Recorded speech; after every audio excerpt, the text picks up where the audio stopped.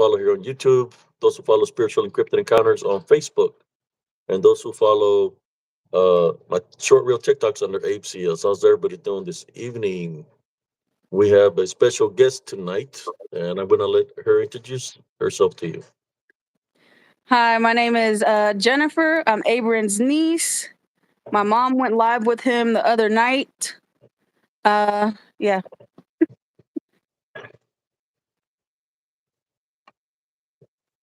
So I brought on. She was one of the people I've been wanting to bring out because she's been through so much.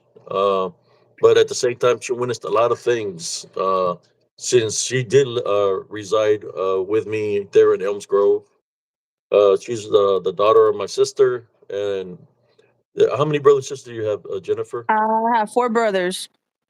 Four brothers. So those five of them that they were young, living with me at the time that I was looking over because when a lot of things were coming towards our homes, they were trying to attack. Spiritually, I just wasn't just protecting myself or my son. I was protecting everybody in the household. So, in saying that, oh, how you doing? There's your mom right there. Yeah, what's up, Mama? So let's talk about things out of your perspective of what you experienced. Man, we Mm, can talk about even 5106 Acre Creek when y'all stayed on the top floor. Things you could witness there, mm, or things mm. that you I witnessed think I was. spiritually. I think I was a little bit too young to remember a lot of stuff that happened at that house. I do remember like seeing because it was like right there that was built like behind it in front of a cemetery or on a cemetery, right? That's the house you're talking about. Yeah, behind there was like a old Mhm. cemetery in the Yeah, woods by a I do barn. remember just seeing like kids, like kids like walking around like the house, and you could see them walking like through the windows and stuff like that. Like if I were to look out the window, you could see them like just walking past the window, but it was like they were dressed in like old clothes. Like they belong in a different time Yeah, like a era. different time. Yeah. Yes, I remember. That's why one of the reasons I had to let go of that house because there was so much activity happening there. Mm, You could hear. I know you're probably too young, but the yeah. chimney you could hear like a baby crying at nighttime in the chimney. Mhm, And I was like, well, maybe it's a cat, but it literally sounded like a baby crying coming out mhm, of the chimney. I believe we witnessed some Doblo hangers, or could have been possible shapeshifter skinwalkers mhm, that manifested to look like your mother. One evening, what happened to me where I was watching TV in the living room, and I seen her walking from the upstairs down, and she passed right by me. But what was weird is she had a certain look in her face, and she passed by me. It's like 2:30 in the morning. I'm watching a movie, mhm, and she's over there in the kitchen moving dishes around. I'm thinking she's going to cook something. mhm. So I was like, "Hey, what are you cooking?" And I'm getting a response, but I could hear the dishes moving. So I get up to go look, and when I get into the kitchen, I just see a glass elevator in the air and just drops in the sink, and it Oh breaks. dang. Mhm, So I was like, I'm looking around and I can't see your mom. So I said to myself, maybe she's smoking a cigarette outside. mhm, So I open up the sliding door and there's nobody out there. So I go look into the restroom. That little restroom we had, that half a bath mhm. was just a restroom. She wasn't there. So I walked all the way upstairs and I knocked on the door, and I said, "B, are you up?" And then I just heard her mumbling like she was barely waking up. Yeah. So definitely some strange activity there that it was pretty bad that I just couldn't be there no more. I got scratched in the Yeah. back. I was always seeing a little native girl inside my room where she'll be standing right beside me because the room would be dark. Then I'll turn on the light, but nobody be in there. I think one Mhm, time I got scratched in the back, where she that the I seen how she looked, where it looked like she had drowned in water or somebody had choked her. mhm. But her face, the way her face looked with the mouth open and just the eyes were Yeah. like white. The garments that she was wearing was like native, and it's like she crawled through the window and scratched my back. But I woke up and I said, "Oh, it's just a Mhm. dream." And I No, not remember again. Not a I dream. went to the kitchen and I had to. They say, what happened to your back? Somebody scratched the hell out of your back." It was like Yeah, I right, remember in the trailer house, you would always like sometimes wake up with scratches and stuff on your back and your legs. like bite marks and all that, bite marks Yeah. and hickey like marks and Hmm. scratches all over my legs and my body. Yeah. Yeah. But I don't remember too much. I don't even know how old I was when we lived at that other house. But yeah, I don't remember a lot from over there besides those little spirit children. Yeah, how you doing, cousin Jesse? So here we go. Okay, Jenny. Now we'll move forward a little bit to Elms Grove. What do you Mhm. think about Elms Grove? Elms Grove when you first moved in there. I mean, when you first Well, move in there, you see the park and you see the mhm. swimming pool. Yeah. You're not thinking of You don't think about, uh, yeah. anything like that. You're just going thinking Yeah. of going having fun, right? Mhm.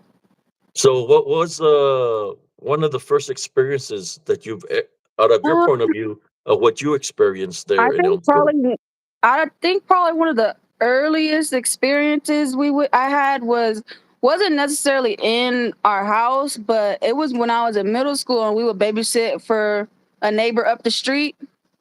It was me and then one of my brothers and then some other our friends were there at the lady's house one night babysitting, and her kids were asleep and we're watching TV, and then all of a sudden we heard someone call out my brother's name, and they had like a door, two doors, one in the front and then one in the back.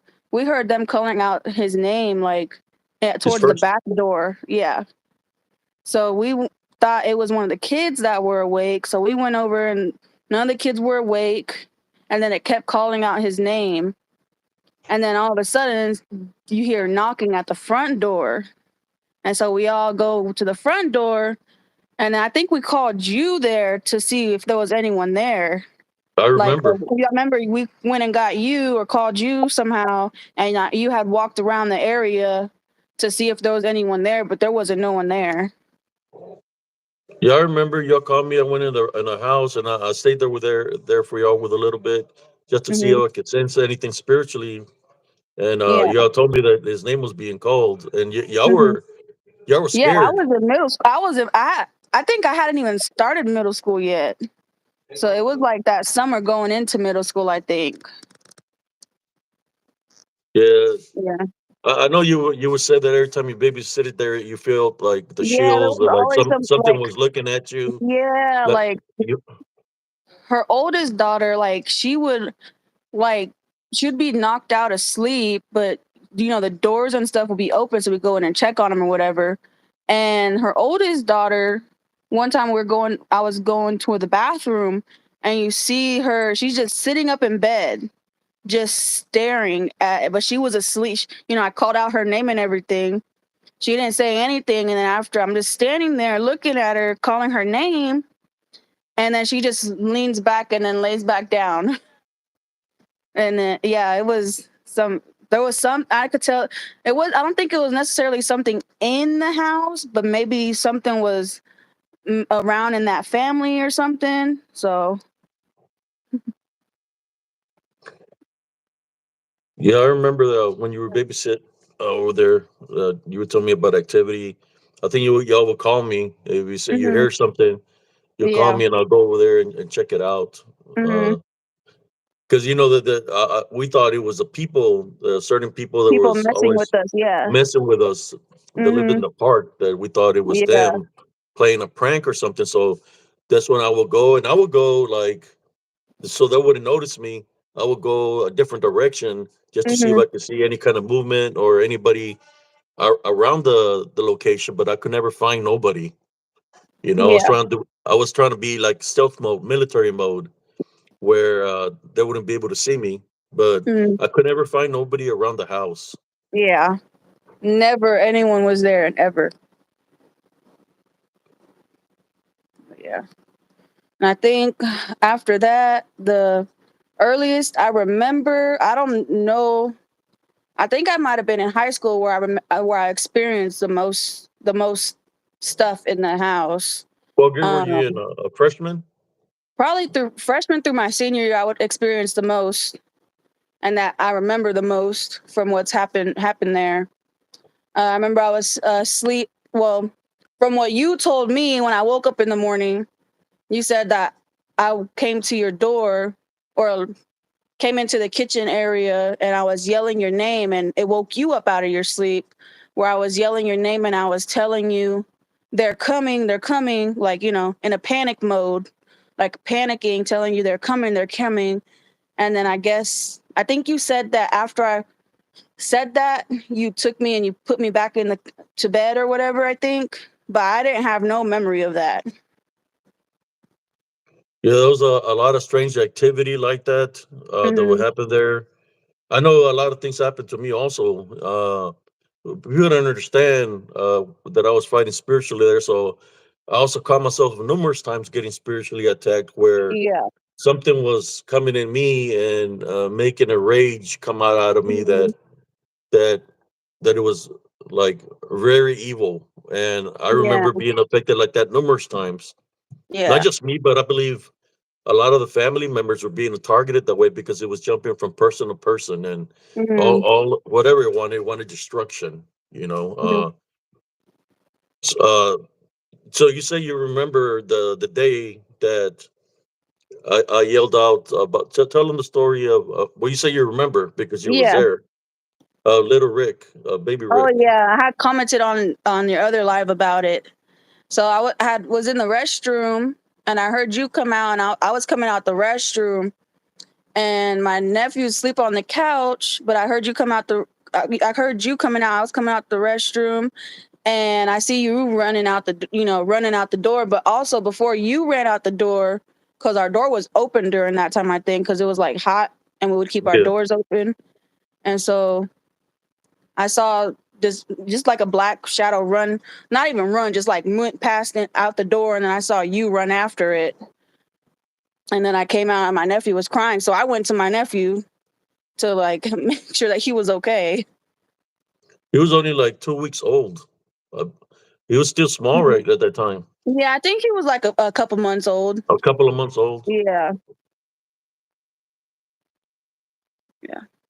So you seen just something dark, like a dark Yeah, figure yeah, or just like a shadow dark figure. figure, Yeah. Yeah. run out. So, Yeah. so other experiences did you experience there at the house? Um, there was one time I was laying on the couch. I think I was like gonna take a nap on the couch or whatever. And I see my little brother, walk past, and to the what's it called, the refrigerator. He walked past to go to the refrigerator. He opened up the refrigerator, and he's in the refrigerator. I tell him, I said, "Hey, can you turn off the light when you're done?" And then he closes the refrigerator and then walks back past me and into the hallway. I said, "Gee, thanks for not turning off the light." And I get up, I turn it off myself, and I go tell him, I said, "Hey, you're messed up for not turning off that light." He goes, "What are you talking about? I've been in the shower this entire time." So I got Damn. freaked out at that. I said, "I swear you just went to the you didn't." I said, "You didn't just go into the refrigerator?" He goes, "No, I've been in the shower." And he was in the shower. His whole entire body was all wet. His hair was wet and everything. So that freaked So me out. I did not take a nap that day. a lot of manifestations Mhm. where where there was manifested to look like us and Mhm. mimic us. Yep. The voice, the mimicking. Would they speak to you when you said something to them with the refrigerator, Mm, no, or it was always just their shape, their body shape. Even to this day, I still see in the house that I'm in now. I feel like stuff from the trailer house, and then also with my health issues that I have going on, I feel like that stuff is just more like connected to me now. I think so. Even to this day, I still see things like during your live. Whenever you and my mom were talking, I heard my son was sleeping. He sleeps in the bed with me. So I heard him calling me, mama. He called me, like, mama, like if he was in, like if he needed help or something. And then I had texted my mom. I said, that's whenever we stopped and you prayed during the live. So even today, I still see things and hear things, but I mostly just ignore it. But if it's It should, something that I can't ignore, I always pray about it. and that's to all the family members Hmm. that lived there with me in Elms Grove, that Hmm. it affected them very badly, because the things Yeah. that were there, they were coming for us. They were gunning for, I believe, everybody in the household. Hmm. But I was the one, I was going out there and fighting them spiritually. How many Yeah. times have you seen me go out there, You would niece? go out like every night, and you would come back late at night. I'd be asleep when you come back. So yeah, you would go out almost every night. Yeah, it's like, I will go out there, because I didn't want nothing to come to the house. So if I was the main target, well, whatever was there was, Yeah. I was I fighting feel it like spiritually. I feel like since they knew, like, I feel like even though you would go out and you would like try to fight it or whatever, it would still like come to the house anyways, just like testing us. When I was gone. Yeah, even when you were there. So I feel like whatever was there, or it like little bits of it attached to each and every one of us. Yes. But Uh, yeah. what were the sounds or things that you will witness, like, or things that you would see, Mhm. within the house? I know your mom said she would see this this giant shadow figures picking in like this to the top of her doorway inside I the would house. mostly see just like shadows really. I really wouldn't like hear any like weird noises or voices like that, but I would mostly see shadows. Like even like if you would look out the window at night, you could just see them wandering around. How many shadows would you see, and where would you see them? Um Mostly towards like I would see them mostly like across the street, just kind of just like stand. You know how there was that room, it was a three-bedroom, but Yeah, the room that the boys would stay in, how it had that bigger window right yeah. there. If you would look out, like say I would sit there and look out the window or whatever, or you would just sit there feeling something staring at you, even if you're not looking out the window, and I would look and you could just see him just standing across the street, just standing there, not How no many would you face or see? anything. I would see like two or three sometimes. Just at random, the most random times. I wouldn't even say every night, just the most random times when you were not even expecting it. And that's late at night. Like that. Yeah, late at night. Cause we didn't we our sleep schedules were all jacked up at that house.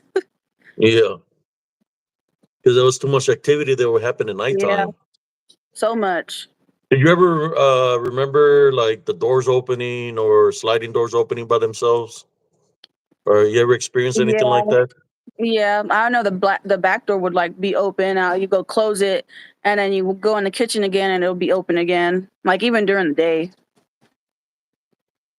Yeah, because I did witness, one that was picking. Hmm. It looked like a female, but it was real ugly from the face. Hmm. It had like, gashes, but it looked like fire. Hmm. And she was looking through the gap in my door, and Oh wow. I chased her out, and she was closing the Open a sliding door. sliding door. So See, that's like they had the see, I ability to open and close yeah. things. Hmm. See, I didn't see too much stuff like that where like it's a whole bunch of detail in the person, but yeah, that's crazy right there. Especially since like some of us would Yeah, sleep it's in the like I living went room around. and You know how everything. my room was, the cabinets, the Yeah, distance. yeah. When I went around, Hmm. I seen her just looking through like that. When she closed the door, she's Hmm. looking at me from the other side of the glass. I was Yeah. like, who the hell is this? You know? Hmm. And so I went and opened the door. By then, she's already, Yeah. down the steps, and just gliding on the grass. Hmm. I Yeah. started trying to chase after her, but she's moving so fast. Mm. I think she was trying to lure me, towards the woods, Maybe. because, it's like most of the times that's where they would go to, was the woods, Yeah, or it's not. or should I say the But park. the thing is, there was two parks. You wouldn't feel experience nothing on that other part on the other side. It's mostly that side where our street was at, right there where the high, how it would be like, and then the bridge or whatever. It would mostly be over there. So that, yeah, yeah, there was. I remember like I would hear like weird voice. it's weird how you would hear like those like screeching noises and stuff like that from the woods over there on that side too. Like Lechusas, just randomly, yeah. like screeching. Like what do you mean? Just Like like yeah, like just like high pitched screeching. Yeah. or screeching or Mhm. screeching or screaming, screeching like No, a bird, screeching. like Yeah, like a bird, like a yeah. lechusa. Yeah. Mhm. So Did you ever see anything during the day? Because during the day, there was activity there 24/7. yeah, there was. Well, I'd say that incident that happened with my brother when I thought he was in the opening the refrigerator, that happened during the day. That wasn't at night. That Oh happened wow! during the day. Yeah. I So remember his girlfriend, the mother of his child, that she was at the park. I think it was like around 5:30 in the mhm. afternoon, and she comes running, screaming, and crying, saying Yeah, I remember some, that. that somebody was calling her into the woods. So we all went. Remember, we walked over there to see if there was Yeah. anybody there, and when there was nobody there, she was scared. It's like she said there was a dark shadow Mhm. figure behind a branch going like this and Yeah. calling her by her No. name. I never experienced anything like that. I think because I was inside a lot more, so more of the stuff that I had was like inside the house, just like sometimes like random like knocking on the walls and stuff like that, stuff falling off the shelves and stuff like that. Cabinet doors opening. I didn't really have like There was a those lot of that, and big things like that. a lot of activities like that happening Mhm. there in Elms Grove. A lot. But yeah, Do you remember the bangings and on the walls and like somebody was running yes. on top of the roof? Well, I remember like the bangings on the walls and all the indentions that were on the side of on the side of the trailer house because we are like, how did all these indentions get there? So it was Yeah, those indentions were all around the house. yeah, and those indentions, brothers and sisters, whoever's you viewing here, there will be like way on top of the well where we can reach is real high, like probably like what 11 foot high, like near Everywhere. they were everywhere on the wall, but there Mhm. were some that were real tall. That was almost to the ceiling, Yeah. and the mobile home was on a metal frame, so it was pretty off the Mhm. ground, you know. So it had to be at least 12 to 13 feet high. Mhm. Those indentions on the top of the mobile home, you know. Yeah. At nighttime, you could hear something running on top of the roof, and it sounded like something heavy running on top of the Mhm. roof, you know. Uh, the screens were getting ripped off from the outside. Oh They were yeah. getting pulled. They But were even getting at pulled that, off. like we would have the ACs in the windows as well. So sometimes the ACs would like something banging on them. Yeah. So yeah, there was a lot of activity happening there. Mhm. Right. So we got somebody says, brother Bernard Fark says, it's happened to me several times. Okay. So what are things that you witness out of the ordinary, uh, like with your brothers or even your parents that was seem unusual that it felt like to you that maybe there was something else, like sometimes you might think it's them but then maybe it wasn't them. That ever The happened? the only real thing that I could remember, I know my memory isn't too bad since I've been on all this medication, isn't too good anymore. But those were the main things that I remember is like with the shadow with my little brother and stuff like that. But that's about it. Those are the main things You that I ever remember about the trailer look house. toward the park at nighttime and remember when I would call you, hey, y'all see that over there? I Oh know yeah. it was Yeah, you, I remember like Gaio, you would and show us the pictures and I would instantly see something in the pictures all the time and then no one like I would be able to see stuff in it, but then no one else in the house that you would show would be like, "Oh, that's not nothing." But then, like me and you would be the only ones able to see something there. did you ever hear drum beats? The Mhm. drum beats that we hear sometimes. I know your mom would hear them too. Yeah, I remember y'all would like y'all would like say that y'all hear like the drum beats, but I don't remember if I've that I've heard any of those. Yeah. But like a lot of my memory is like kind of like tied up and like hidden away. So of our childhood. So Somebody say Solar Static said, yes, I saw three floating shadow demons with red eyes. oh yeah, seen red eyes before, just like in the Where you windows. by the windows looking in? Yeah, in the windows. Yeah. And there was like people you see. Remember the time Mhm. that the guy was trying to come in through the window? That y'all called me. There's somebody outside, and Oh I had yeah, the bat. from my mom's room.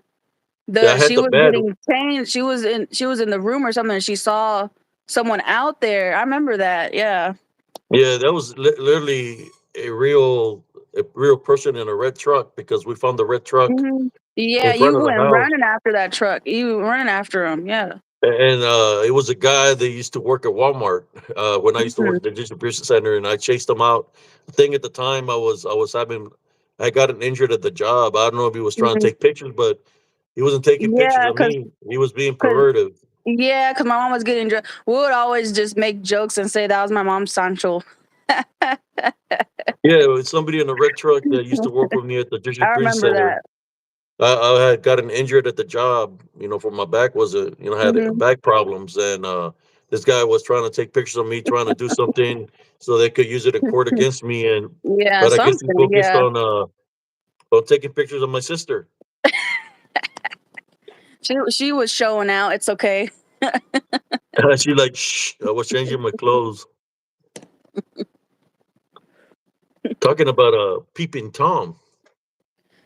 But So yeah, we I had two. do remember that whenever y'all was talking on the other live with my mom about how there was someone like the shadow people there and then how the cops and everyone got involved. I Yeah, remember that because it was over there. Remember those Asian people that lived across the street from yeah, us? It was over there. The whatever shadow was over there messing with them. And I guess they were having some alone time, And I remember the dude came running out the house with his samurai, chasing it up the street. I remember yeah. that. That he was shot with a samurai sword. Yeah, the dude with the samurai. So he came out because they would like walk around outside butt naked. I remember that. What do you think? You got demons, shadow figures, shapeshifters, skinwalkers, and ninjas, Mhm. samurai Had some people Asian, naked with Asian samurai people. swords that are butt naked. I remember that. And you were like, I don't know why they called the cops. They ain't gonna find nothing. I remember that. Yeah, these people were literally butt naked, man. They didn't care if children were coming out Hmm. of the bus. They were like They literally didn't butt care. They naked, would come standing out in the by daytime. the window by the street, working out Yep. during the day. You Yep. can see Butt the men naked. butt naked, and And he would come out butt naked and hang his boxers on the porch and go back they inside. didn't He would believe do in like air he would like conditioning. stretch and then walk back inside.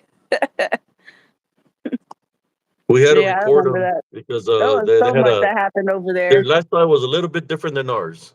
Yeah, So like we had even brujas, lechuzas, and shadow figures,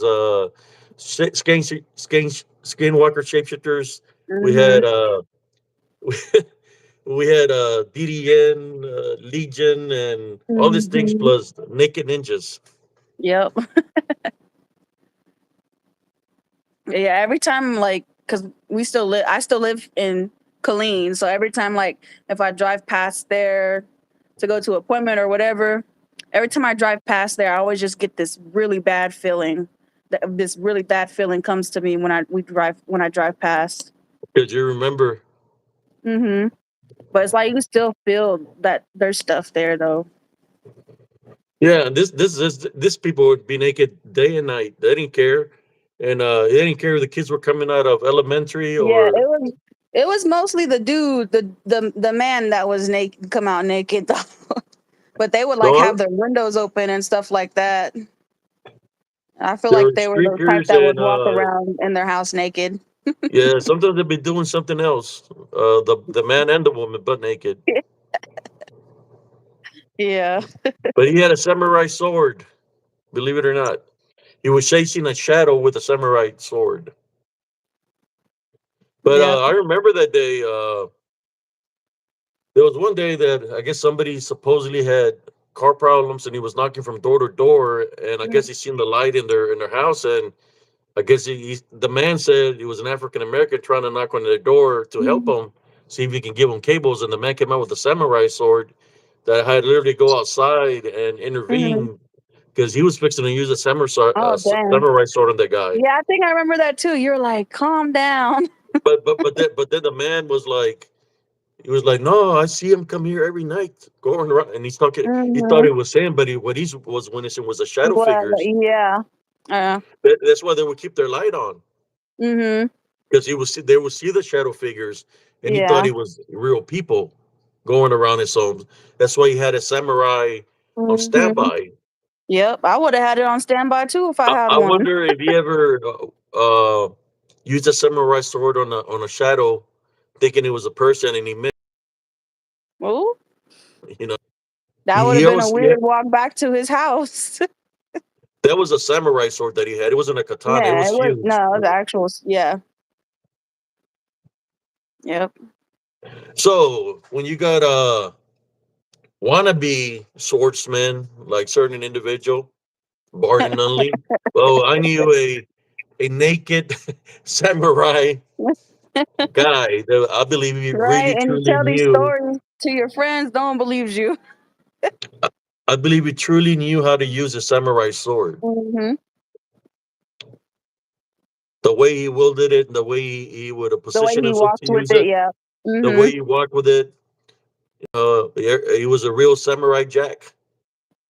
I never remembered his first name. The only thing that I knew that he knew something is because he would go like that when he had the samurai slide. He Mhm. just gave me a smile and went like this Mhm. because I backed him up against this guy that was going around his home. But he would say, I see him all the time going around my home. So we were the wasn't the only one seeing this dark shadow Yeah. figures.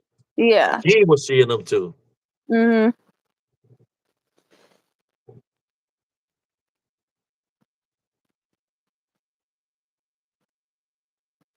Uh, Solar said they could have been doing spiritual practices that opened the door for shadow to manifest.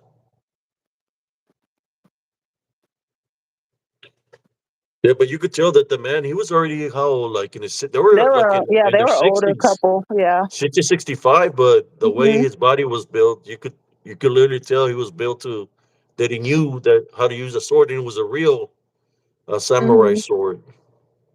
I'm Yeah. almost sure if he would have used it on that guy, he probably would have cut him, sliced him real fast. Mhm.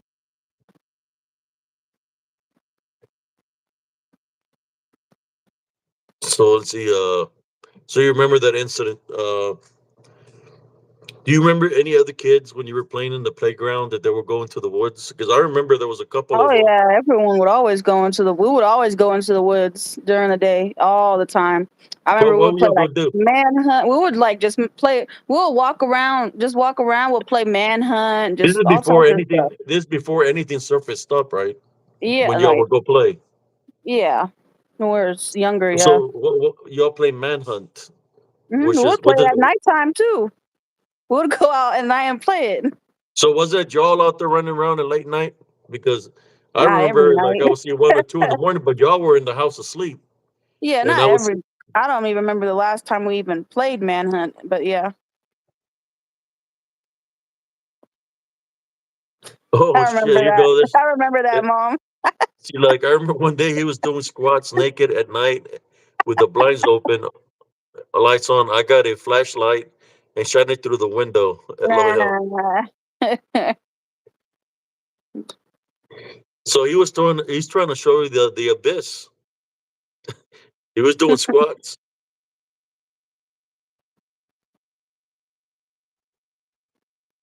No, this is not her. This is my niece. It was another person that was taken with my son, which is my friend's daughter. My niece stayed with us, and she just sharing her testimonies of the things that she witnessed there. So, what was out of your senses? Which is the one that got triggered the most daily there at the house, or even Just outside the park, like yeah, just the around the sense home? of And like there was someone, just another person there, just even if you're by yourself, just the feeling that there's someone else there just like staring at you or watching you. That's like what I felt most of the time, just like that, that heaviness of like you thinking someone's like right in front of you. Even sometimes today I still feel like that sometimes. You ever hear like maybe laughing coming out of the woods at nighttime, or that you might be going somewhere like to the mailbox? You ever hear any kind of laughing or anybody calling your name at nighttime? No, not that I remember, no. So you hardly will go out there at the Yeah, I nighttime. would mostly be in the house. Yeah. I was the more sheltered one because I was the only girl. Beatrice said she was getting a free show. Woohoo! Cousin just said one low ding ding daddy.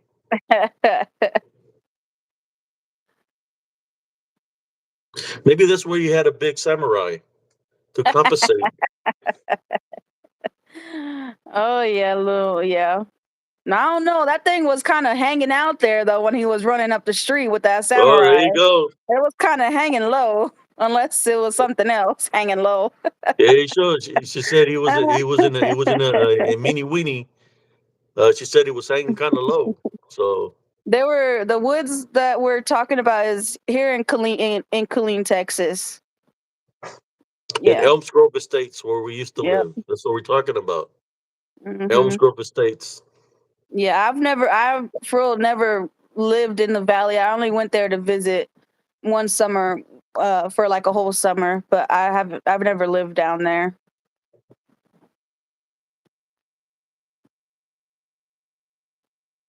Do you ever remember any of your brothers saying anything about them hearing something like right?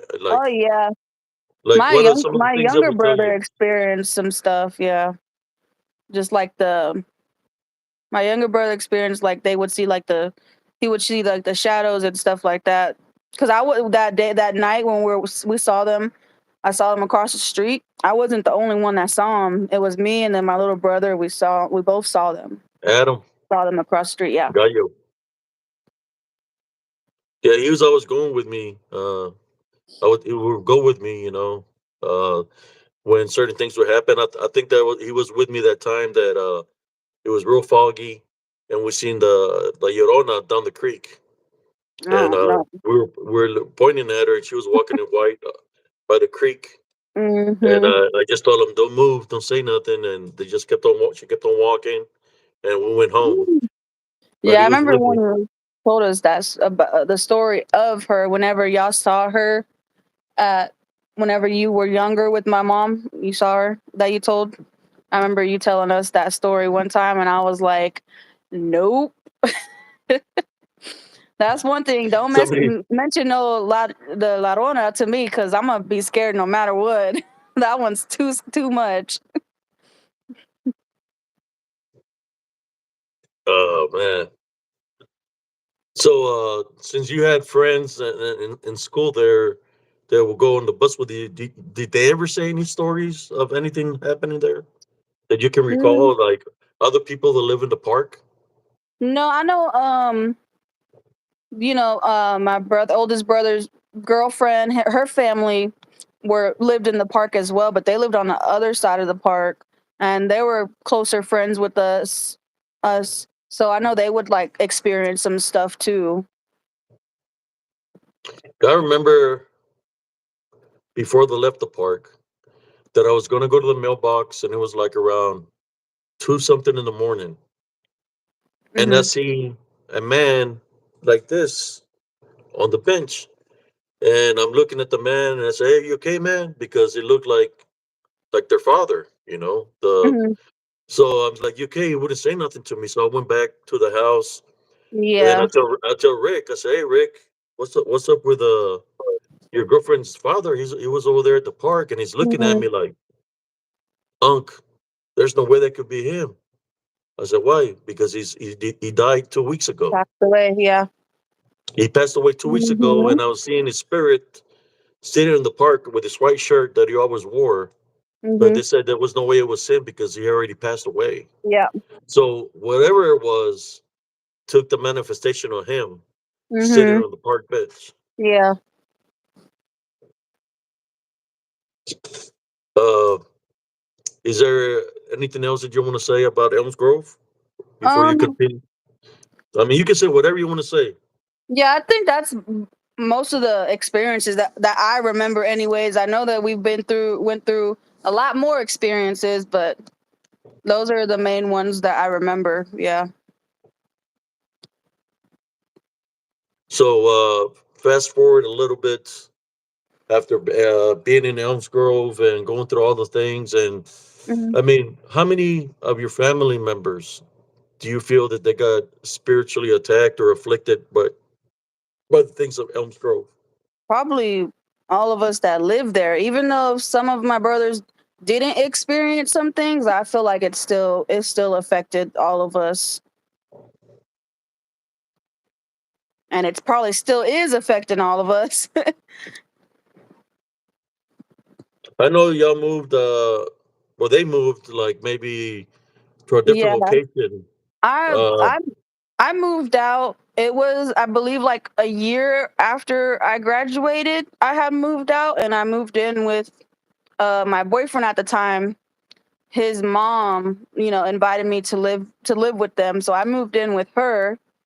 Um, and even like shortly after I moved in with them, I feel like I brought something with me, and me and my boyfriend at the time, we were asleep in their living room, or hanging out in their living room, but he fell asleep, and all of a sudden, I get woken up to him yelling, standing in their kitchen area with his with his hands in a way like if he's holding a gun, like a machine gun or something. mhm.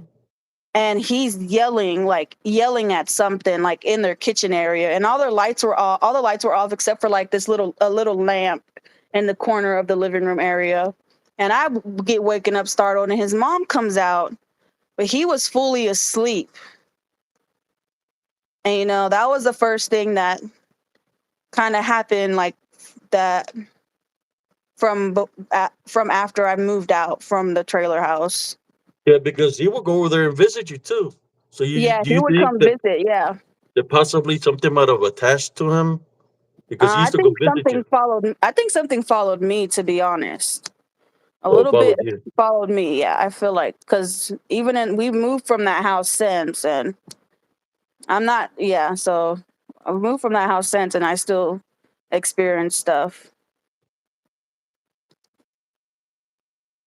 So what changed in him? Like after you moved, he just became a whole different person. Mm, well, I mean, Yeah. not right away, but like, relationships. I don't think anything in him, because he was already had some mental health issues to begin with, so I don't think anything affected him. But you know the activity at the house that you're at right now. Oh yeah, plenty of activity. Can you share to um the audience to explain to them what kind of yeah, activity the lady you I had. experienced? So I've had since I have health issues, I'm unable to live alone by myself. So I live with my son's grandma, which is the same, my ex-boyfriend from the story earlier. It's his mom. So I live with her. She helps me out. She believes, everyone has their type of person that they pray to, God, Virgin Yeah. Mary. She prays to baby Jesus. So please, she has a baby Jesus statue up here on her fireplace, and she always puts flowers up there and stuff like that, right next to the baby Jesus. And I think this is probably the first time she experienced something here in this house. It happened a couple years ago, but we were going to bed. All of us were going to bed. We didn't have any pets at the time or anything like that. So we went to bed, and then all you hear is this crash, this big crash, and was come out, and it's the flowers fell down. The flowers fell down from on top of the fireplace, which is basically impossible because the ledge that it's set on is wide enough to where it doesn't like teeter or move or anything like that. So something knocked it down. Something knocked it down. So she got freaked out. She was like, how? And I was like, I always apologize to her whenever she experiences stuff because I feel like I'm the one that brought it with to this house that followed it, So nothing like that that was followed happening me. at their house. She never experienced anything before I moved in with her.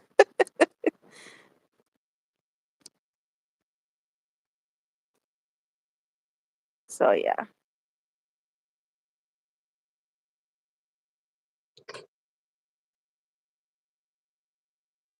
So what are the other things that you witnessed? I know you was telling me one day that sometimes that when you're asleep, something about a dark presence or like a shadow. Yeah, sometimes like when I'm in my room, sometimes I feel that there's something in there just staring at me like a heaviness.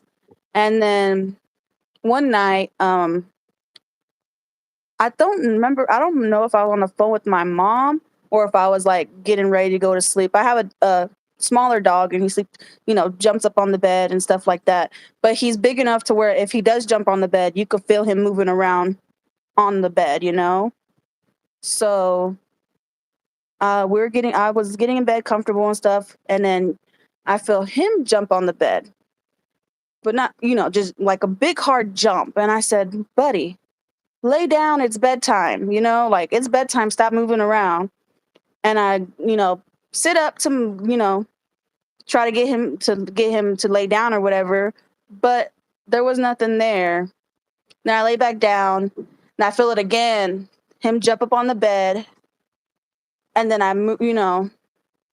and I feel him like if he's just like staring at me, right? And then all of a sudden, you could feel it jump off the bed, and I could hear it run out my door. Bedroom door was open. I could hear him run out the door, like the little pitter patter of his feet run out the door.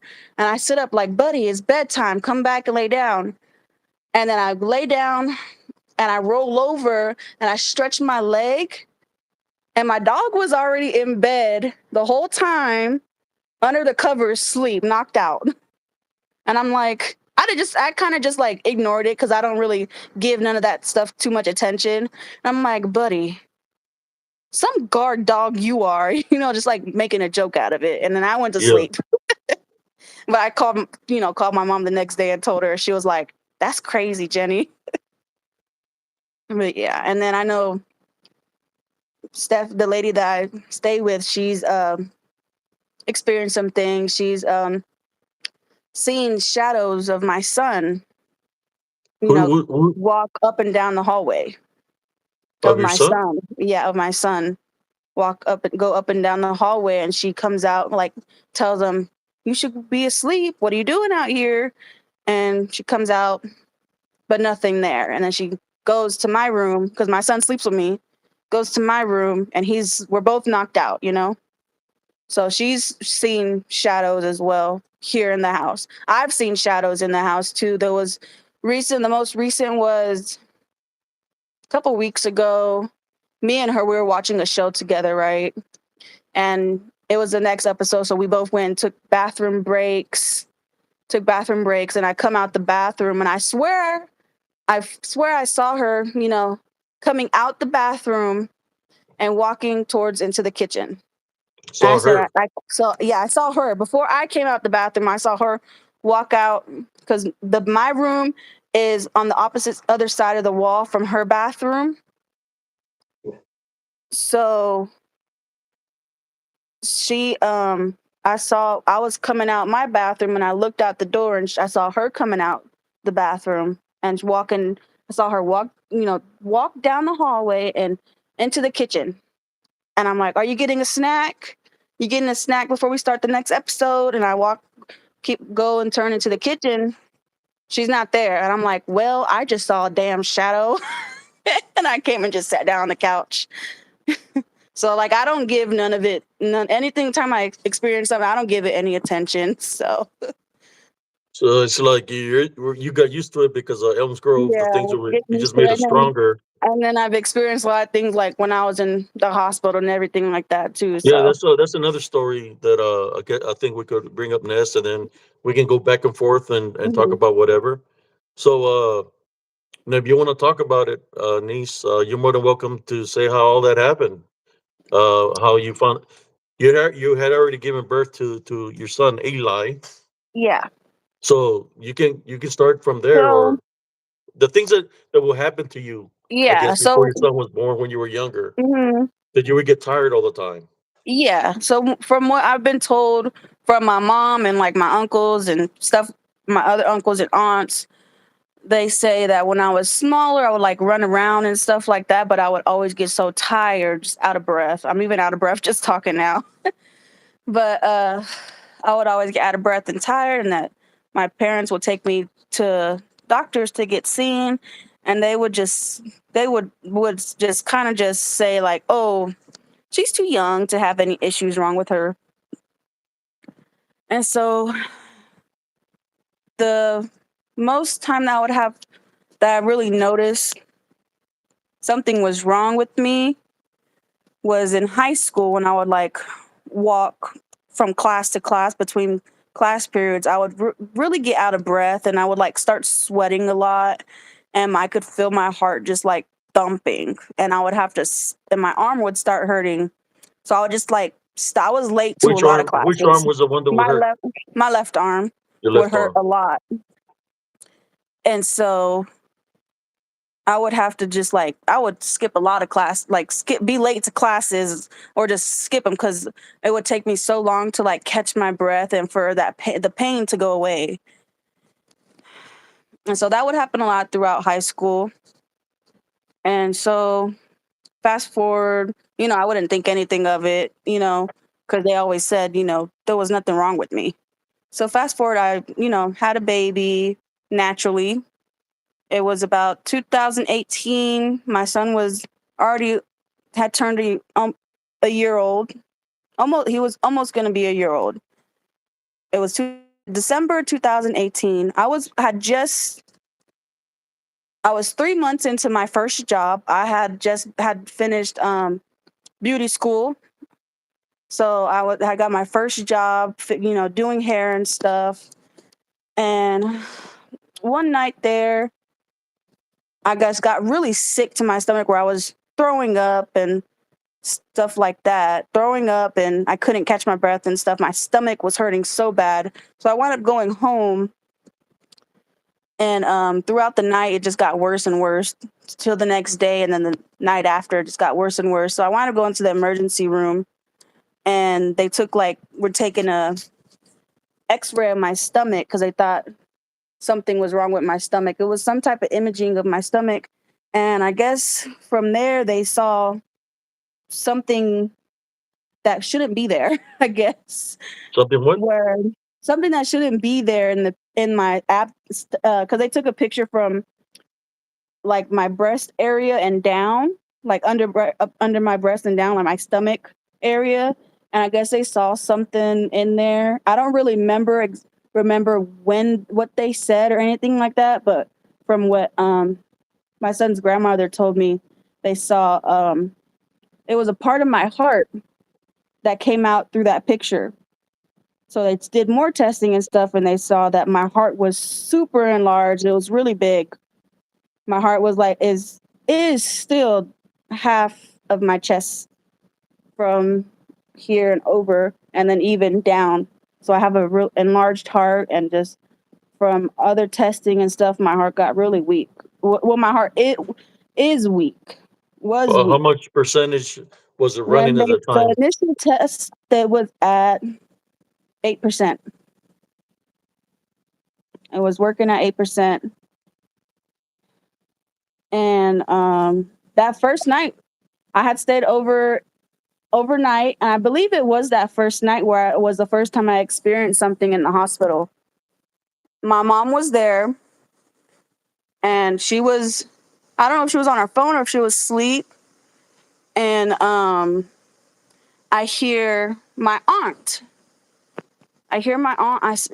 Hear her say, and she's talking to my other aunt, your sisters, your other sisters, and she's saying I can't make out what she's saying, but the only words I could make out were my Jenny, and she's the only one that talks to me like says that calls my name like that, my Jenny.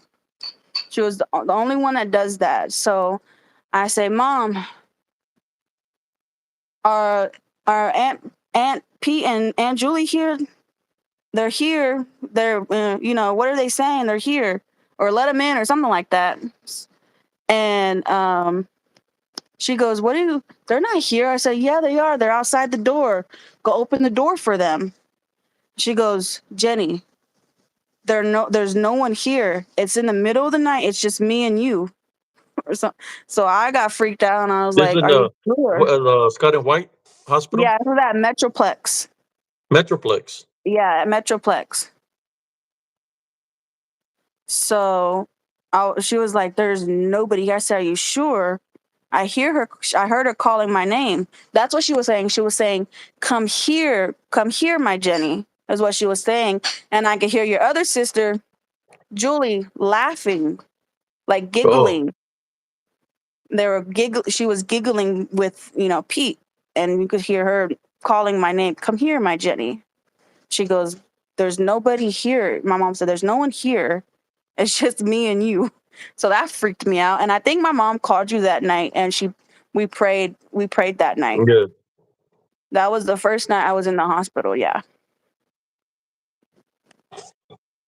And then they transferred me to Temple. Scott and White. And then yeah, the Skyway in Temple. I don't remember if it was during that stay. I've had many stays in the hospital since. But one night I did see that man that y'all talk about with the trench coat and the top hat. My mom was staying in the hospital with me at the time, and my bed, it was the hospital bed, and then on the other side it was the couch where my mom would sleep, and then there was a little space there that had closets, and I would see him just standing there in the corner. Couldn't make out a face or anything like that, but I saw just the shape, and I saw the hat, and then the trench coat, and then it was just black underneath. Yeah, So he was and standing there. yeah, he was just standing there, just staring. I could feel him staring at me, but Did I couldn't did you see see anything. any red in the eyes? No, I couldn't see. It was just all black, just Oh, black black. shadow, just all black. And every time I see him, he's never super close to me. He's just there in the distance, Just just all looking. black. Yeah, just looking. Yeah. But there was another night where I had something. I don't remember if I heard my aunt's voices again and Temple. Someone calling, her calling me again, I think. And then immediately after I tell my mom, the room next to me, the old man, it was an old man. His alarms start going off, and it was like code, whatever code they were doing, and he kept crashing and crashing. And during that entire time, like the way the whole room felt, it was just like you could tell there was something there. And I'm like, Mom, I'm telling you, something's wrong. Like there's something here. It's messing with us. Like it's messing with us. It's messing with that man over there. And and I think we called you that night as well, and we prayed. Yes. And that old man wound up passing away. But during that whole code, it felt like it went on forever. It felt like it went on for hours. But then, and I noticed, I said, Mom, something's wrong. I said, you know how I know something wrong? I said, the clock up there isn't even ticking anymore. You can't hear the ticking sounds. The clock stopped moving. I don't know what time it was, but it was late at night. The clock stopped moving. And I said, something's wrong. So we called you and we started praying, and we were praying and praying. And like when you were praying, I just felt like when we were praying, you could feel it being lifted, you know? Yeah. And then once we finished praying, because whenever we were praying, it felt like we prayed for a long time too. I'm pretty sure it wasn't that long, but it felt like we were praying for a long time. But once we stopped praying, everything felt lifted, and the clock started ticking again, and you could hear it ticking. So that was another pretty So like it felt like major time was experience. interrupted, like time Yeah. stopped, and Mm, when that man lost his life, and then once he yeah. passed away, But there time went back to normal. Yeah, but it was like that. Whatever it was like trying to go door to door to see which one was gonna let it in, type thing. You know, Yeah, it yeah, was yeah. weird. And So then you'll see a lot of activity, during that time I was really sick too. So yeah. in the hospital. Oh yeah. So yeah, a lot So of stuff happened there. what is it? What the doctors told you because of your heart being just 8% at the time? Well, They told you about. whenever I was first initially diagnosed, they were like, how are you, like, you look like your heart looks like it's a heart of a 90-year-old, you know, of a 90-year-old. So I was like, really? Like, I'm still, they're like, we are surprised you're awake and you're moving around and, doing all the things that you were doing. And then it came out that I had a kid. And they're like, did you have any complications? I said, no, it was a natural birth. I did have epidural and all that, but there wasn't no any complications or anything like that. So they were just in shock because they really thought, they were like, the way my heart looked, they said, you should not be alive right now, is what they said. They said, we said, a lot of us doctors don't believe in it, but we think you're a miracle, is what they said. They said, you are a walking miracle. What to say about you giving birth when your They heart said being at I 8%? shouldn't. They said I shouldn't have given birth at all.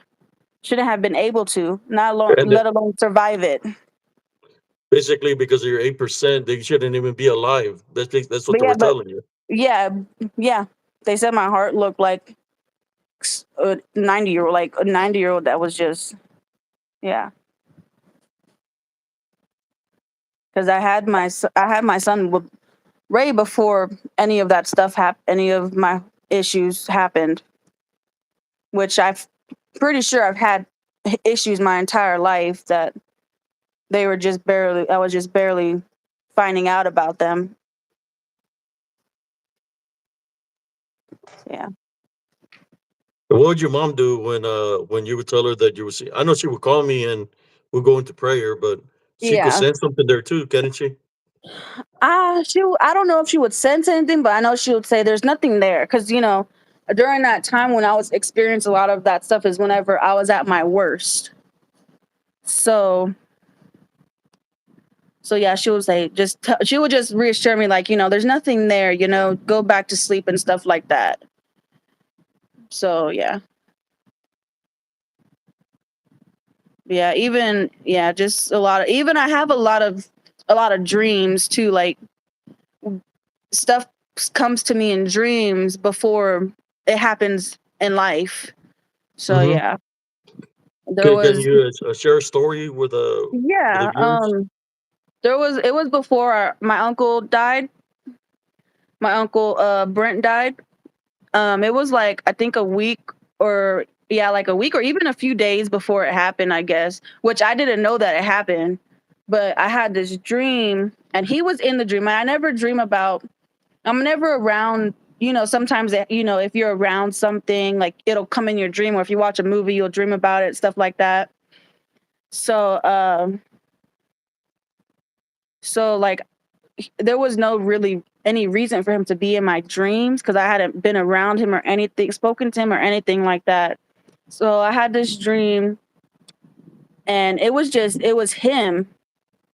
It was him, but his face, he had this smile on it, this really like creepy smile on his face, and his like demeanor of the way he looked and everything, just standing there, just in darkness, just standing there in darkness, just staring at me.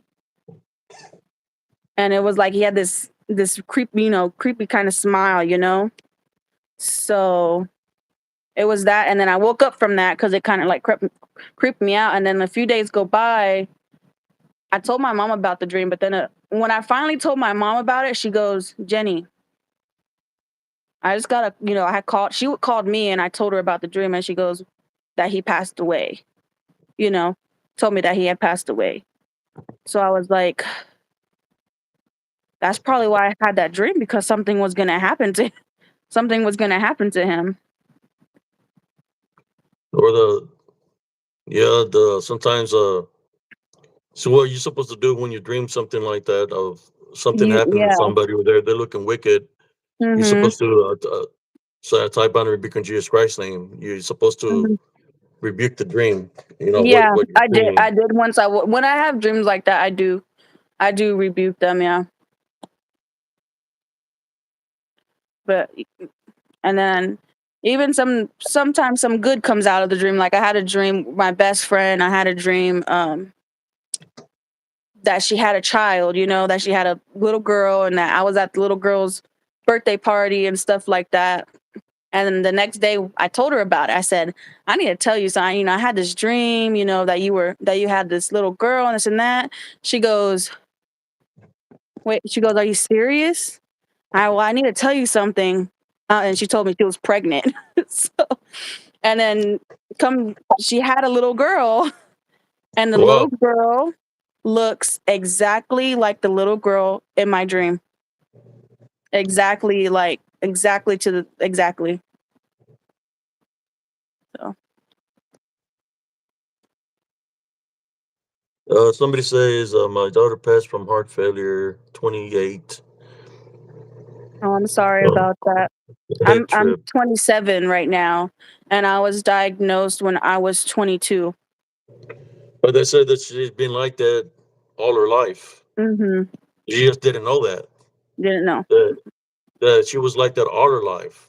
In which Mhm. the doctor was saying that she's a living, walking miracle because there's a higher power that's got her going still. Yep. They did a triple Yeah, bypass at what? I was getting really, really bad chest pains, which they call it angina, which is basically like little tiny heart attacks. So whenever they told me that, I was like, that's exactly what I was feeling like, having those when I was in high school and stuff like that. That's what I was having. I would have so many of them, and they said I told them that, and they were like, that's why you have so much scar tissue all over your heart. And so I did the triple bypass. They did the triple bypass to help with those chest pains, because at that point they were just constant, back to back to back to back. So I had a triple bypass, and they helped. It helped a lot. Um, I don't have any more chest pains.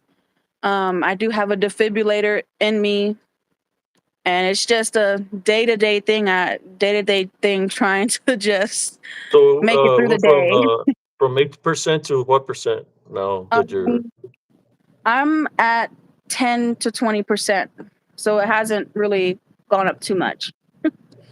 But it's gotten better than 8%.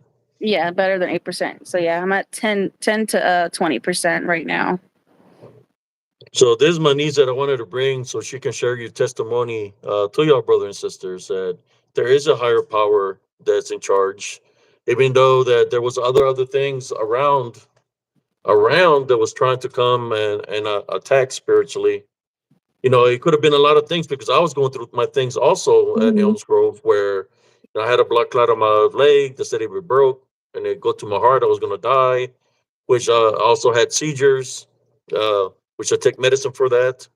So there was a lot of things happening, you know, and I guess this the dark shadow figures, unseen forces that were around us was trying to come and claim somebody, but I Yeah. protected my home, you know, and I still, somebody needs prayer, I pray for whoever needs spiritual help.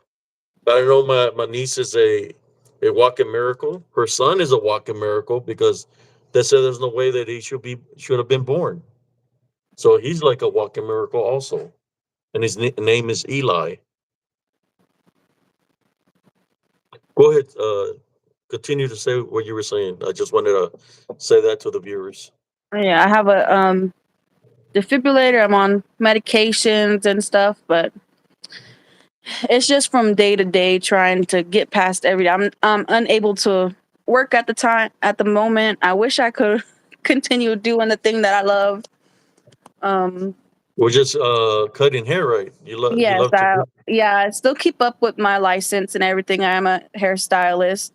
Um, yeah, but I am grateful for the time that I do have Can you with fix my my son. hair, make it grow a little bit longer? No, I'm just like I got can't do to, nothing for that. see him grow from he was a baby and everything like that. I'm still seeing him grow up even now, so I am thankful for that. So that's what keeps you going is the love you have for Yeah, your it son. is. I feel like if I didn't have him, I probably would have given up a long time ago because it is a daily struggle. Hmm. So now you know that you are blessed by the Heavenly Oh Father yeah. just to be here Mhm. amongst us, and you yourself have a calling, Mhm.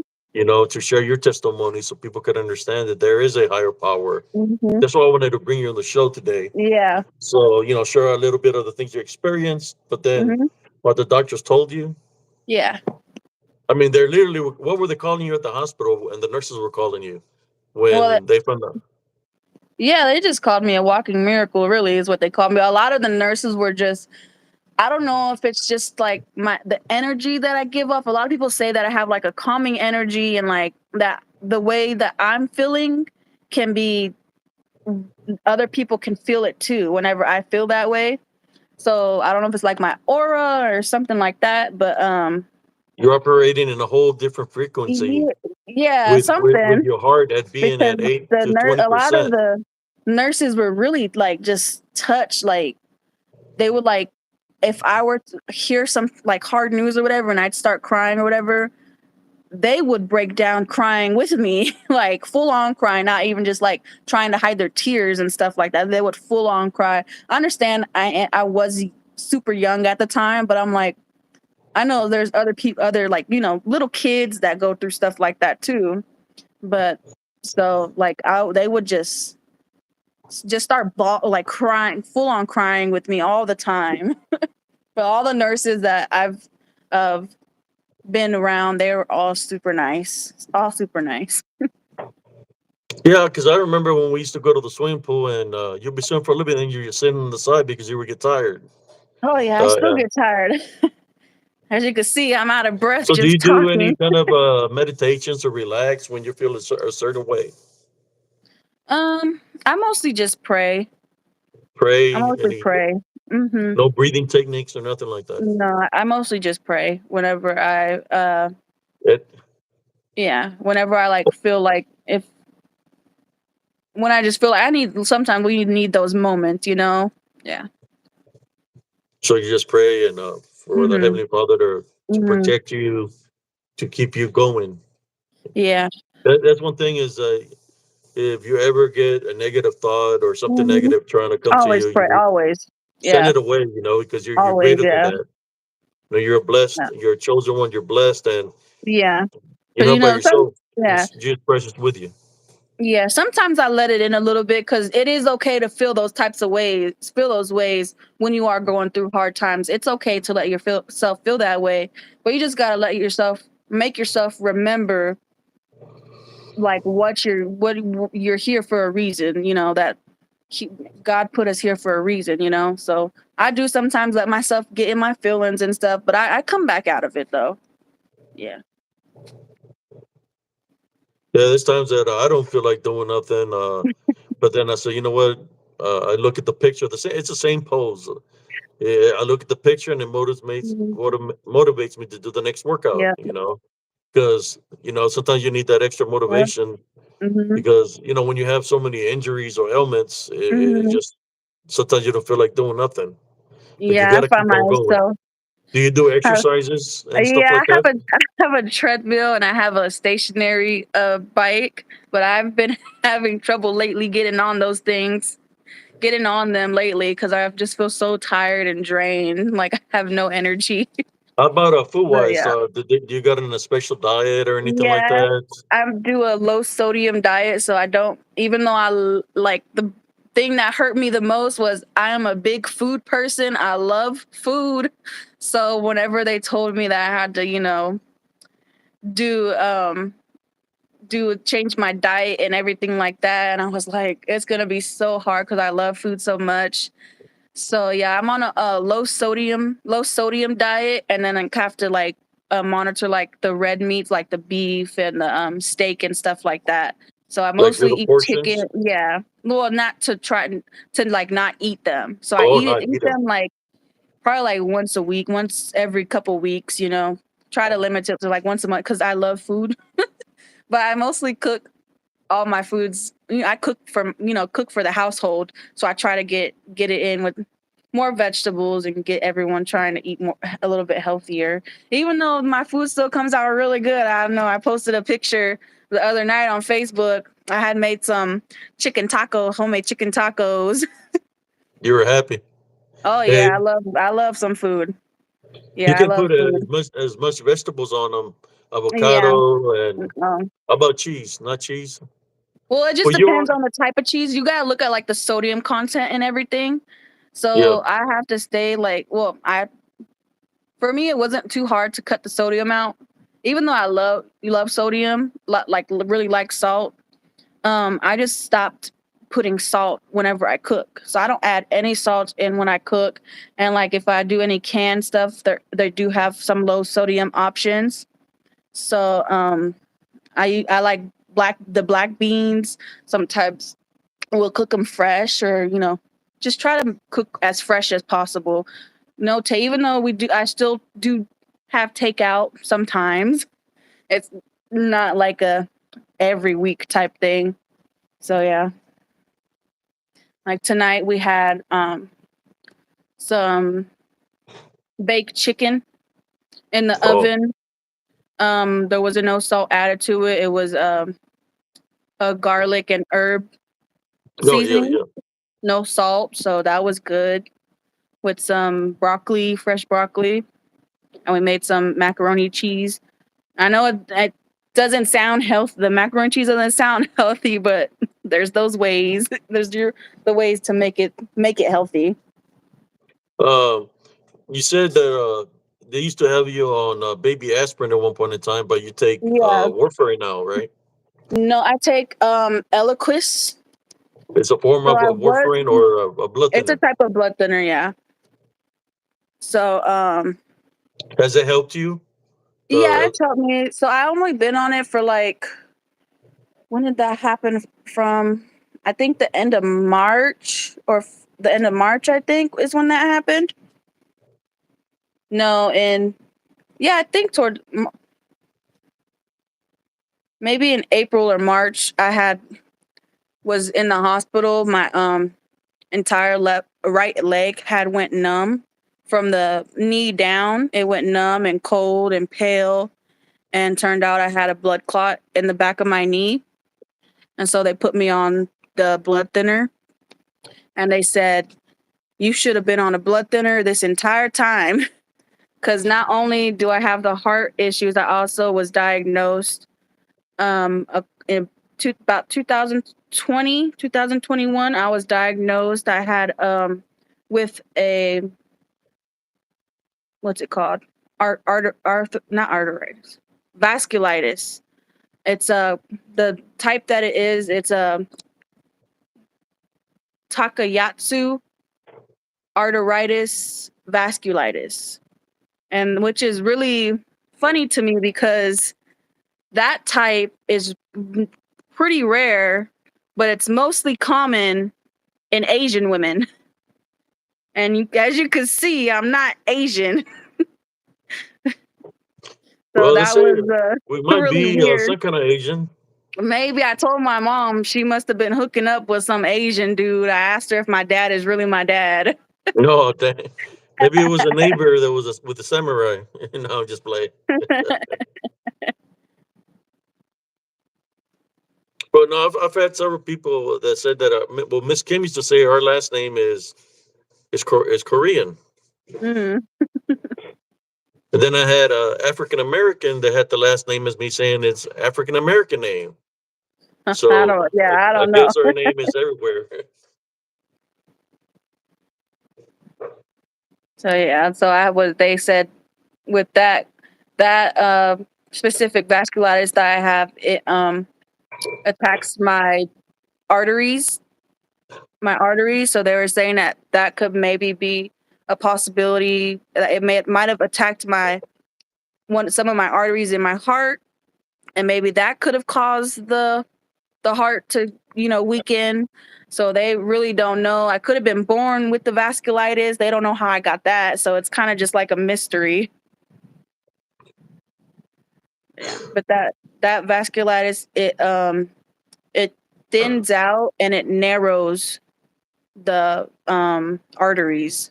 So I only have one kidney that works due to it. It does my left kidney doesn't have any blood supply to it. That artery going to there completely is cut off from because of the vasculitis.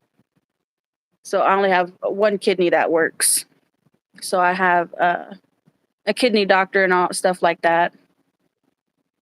So they can get the other kidney operational at all. It has zero. It's working 0%. It Oh has wow! no function. It has no blood flow to that kidney at all. Yeah. But yeah, they think I might have got that blood clot due to the vasculitis. They think maybe, but then again, they said I should have been on blood thinners this entire time. They don't know why I wasn't on blood thinners. So, but they hooked me up with some blood thinners, and it kind of resolved on its own. Oh, throughout the week that I was in the hospital. So yeah, but that was one of my most recent hospital visits. So that might be one of the reasons also is that you see things and you're spiritually blessed is because you've already been blessed through the Heavenly Father just by being here amongst the living, and you have the spiritual gift of discernment. They've always been with you. No, we just didn't know at the time that Mhm. of your situation. Yeah, It would no, it yeah, would no one it would knew. explain And a lot of things. yeah, and there was no way to tell. I always look at it like this: if I never left, I always tell my mom, I said, if I never left, because I told her if I had known that, my little brother was going, that went back there, I wouldn't have never left. But then I'm like, if I didn't leave and moved in with my boyfriend at the time, my boyfriend's mom at the time, maybe I would have passed away. Maybe I would have never gotten pregnant and stuff like that. I would have never found out about any of it. I could have went down a different path. So I always feel like that's a God put me in that position put me down that road for a reason. So that's the To way I save look you, at it. to save you from what was Mhm. happening in Elms Grove, Mhm. because a lot of us got attacked there spiritually. Do you remember the time that I came from the woods and I was bleeding from my ankle? That y'all say, "Hey, what's the matter with your leg?" Mm. And I had Yeah. like a piece of metal stuck in there, and it was like a little Oh yeah. spear that I had to pull it out, and it was bleeding all over the place. That it got me right in the Achilles. Mm.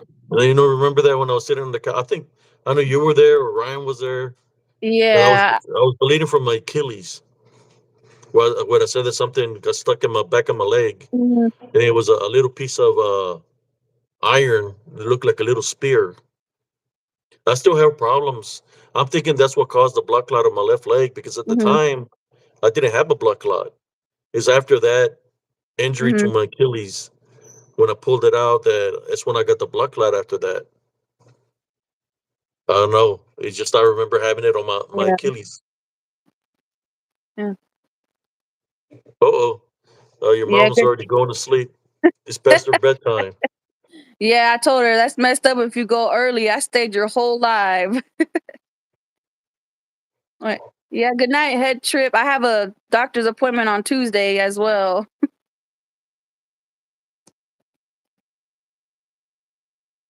I see some of these comments here. I'm sorry, viewers, that I wasn't reading the comments. Bernard Hobson, my niece, was born with it. He said he lost his left kidney. I think you're reading the comments, right? As they're placing them up there. Yeah. I can't. I don't got my glasses on, so I just see like a little blur. But the light gives me like a glare.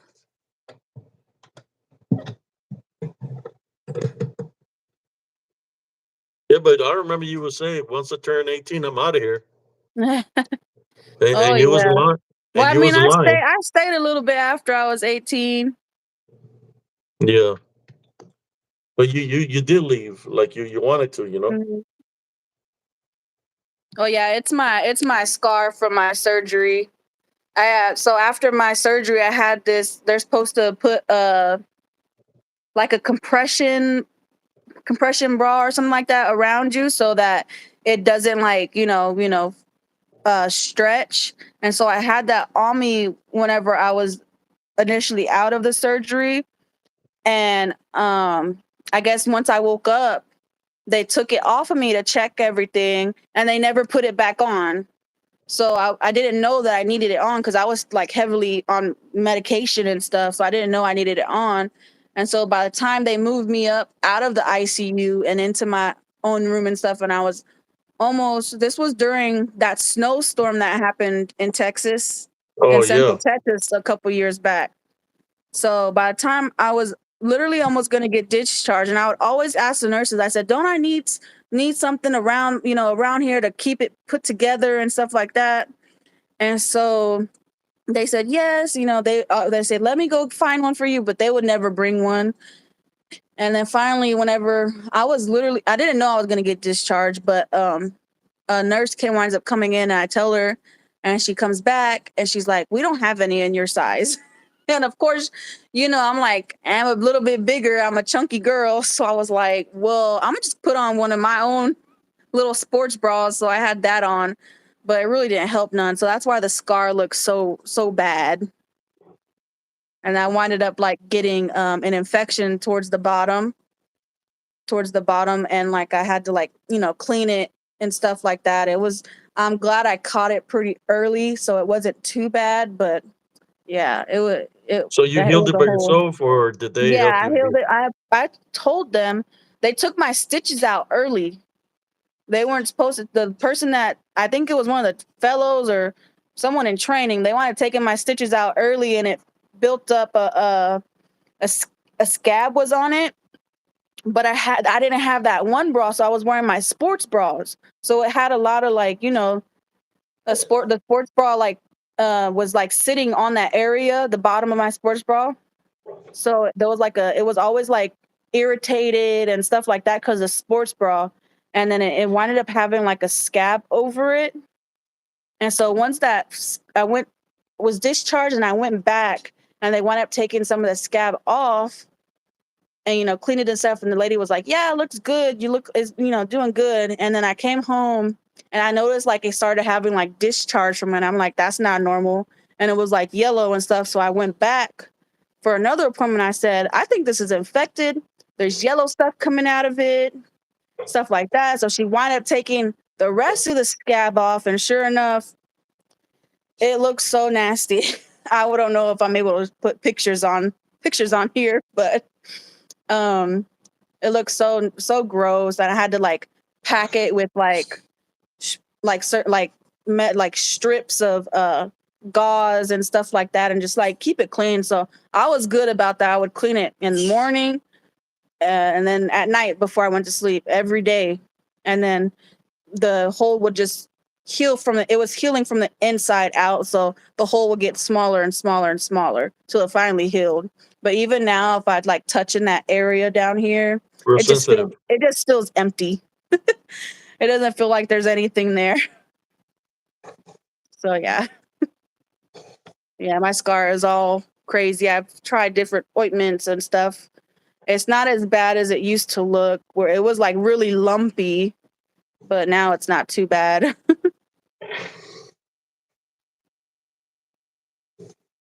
Yeah, it's so many things. Before she left, I think she already left. Right after she left, my niece, we lost Miss Kim, all the neighbors. I know Mhm. you were there still, or you had No, left, I wasn't there when Miss Kim passed but away. we lost. I know I do have some of her clothes that y'all gave me like bags of her clothes. I kept those clothes because Yeah, she was a nice lady. Miss Kim, we lost her. We lost the neighbor behind us. It was a German. There was a Mhm. Philippine lady across that German lady in a blue house that passed away. Also, Miss Kim passed away. The guy in the RV beside her passed away. Mhm. Then another lady up in the hill passed away. That was Mhm. like one, two, three, four, five, and a man Castor passed oil. away. They all passed away at the same time frame. Mhm. Uh, what they all had in common is they were all found dead in their bed. Ever si Except the lady in the blue house, she was found dead on a recliner. So the shadow beings that roam around Okay. there in Elms Grove, I believe, because I remember I would see them going in through the walls, of Mhm. these neighbors' homes. And I was trying to warn them, and then somebody put a complaint on me, telling me that I was scaring the neighbors. But then all the people I warned, they all passed away. Oh They were all wow. found dead in their sleep. And I was trying to warn them that there was, they need to protect their home spiritually. Mhm. But it was crazy. Mhm. This Yeah, I know, shadow. but I've heard from my mom and then from my brother, my younger brother, that a lot more activity started happening after I left. Yeah. A lot of activity. Like it was jumping from person to person, trying to cause chaos and Mhm. havoc. That you didn't know who was who because people had spiritual openings. You would Yeah. attach yourself to them. You know, we would see it happen all the time with the people from the management of the park, how they were act different, and you felt like they were being used. And sometimes I would see the demonic or the what I call the DD inside the guy Max, Mhm. the way he would laugh, that you could see the demon in him. Where I guess because he would cut the grass in all that area, so more sure and likely he had negative attachments on him. That's why you act the way you would.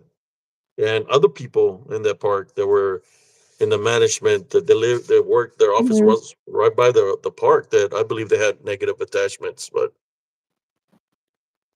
I try to warn people, but you can only do so much, right? And then I said, you know Yeah. what? I'm just gonna focus on whoever's here with me and try to protect the people that are here, and that's what I was doing. Somebody said, you ever need to deal with infection, use silver. They use it on patients. I order what is silver? I don't know.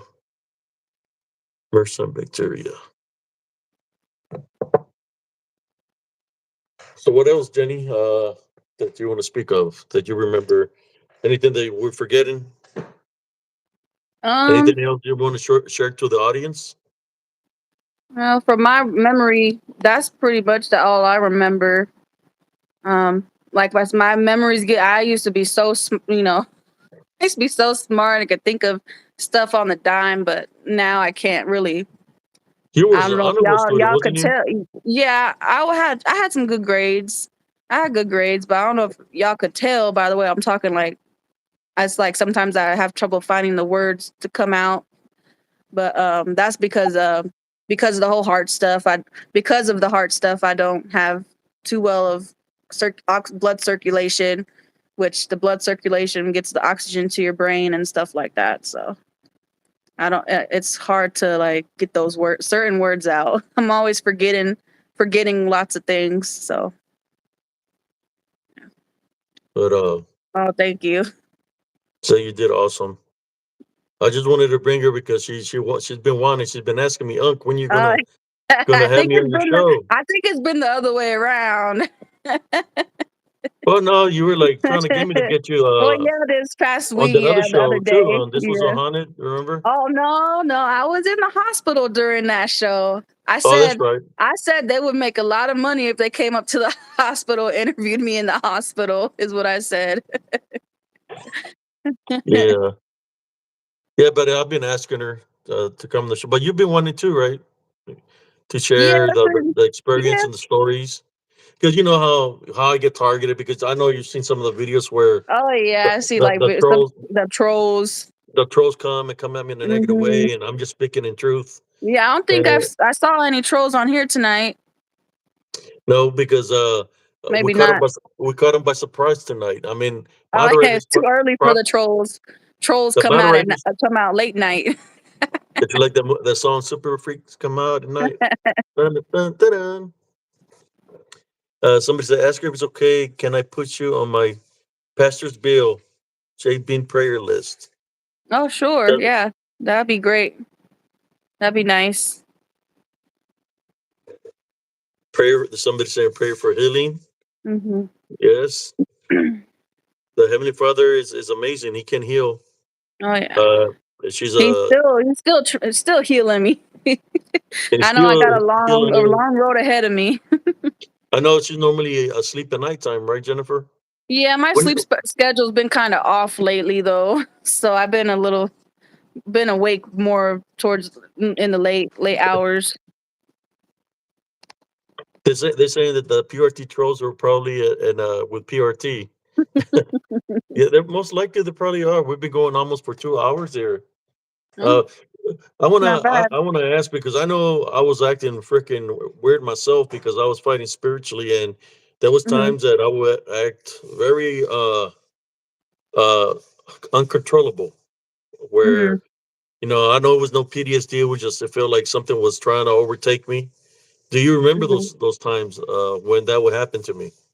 Yeah, I remember those times. I know, like you guys would like get into fights and stuff like that with with my dad and stuff like that. Um, but not. But I I'm wouldn't talking like. about Wasn't. like where I wasn't acting myself. Did you Mhm. witness that where I wasn't myself, like something else was there or something was affecting me? Yeah, sometimes like whenever you would like come out in the living room, you would just sit there on the couch. You wouldn't say nothing. You wouldn't like watch, have the TV on. You wouldn't be on your phone, nothing. You just sit there and just stare. They did have me Just sit on there. some Yeah. medicines that were Mhm. pretty heavy that I couldn't be in the sun. At that time, they had Mhm. me on the VA had me on Dilantin and gabapentin. Then I found out Mhm. that the Dilantin, the side effect of that was suicide. Oh wow. So that right there by itself, it's a big spiritual Mhm. opening. So I was being weakened by the medicines, and then I was being weakened by the Yeah. unseen forces that are around me. But Yeah, and then if the medicine's too strong for you, it does mess you up. Yeah. and then I think later on is when they changed it to levetiracetam. I think in 2013 is when they changed it, Mhm. and that's when things started changing for me. The day that I changed stopped taking the Dilantin and gabapentin, I couldn't be in the sun.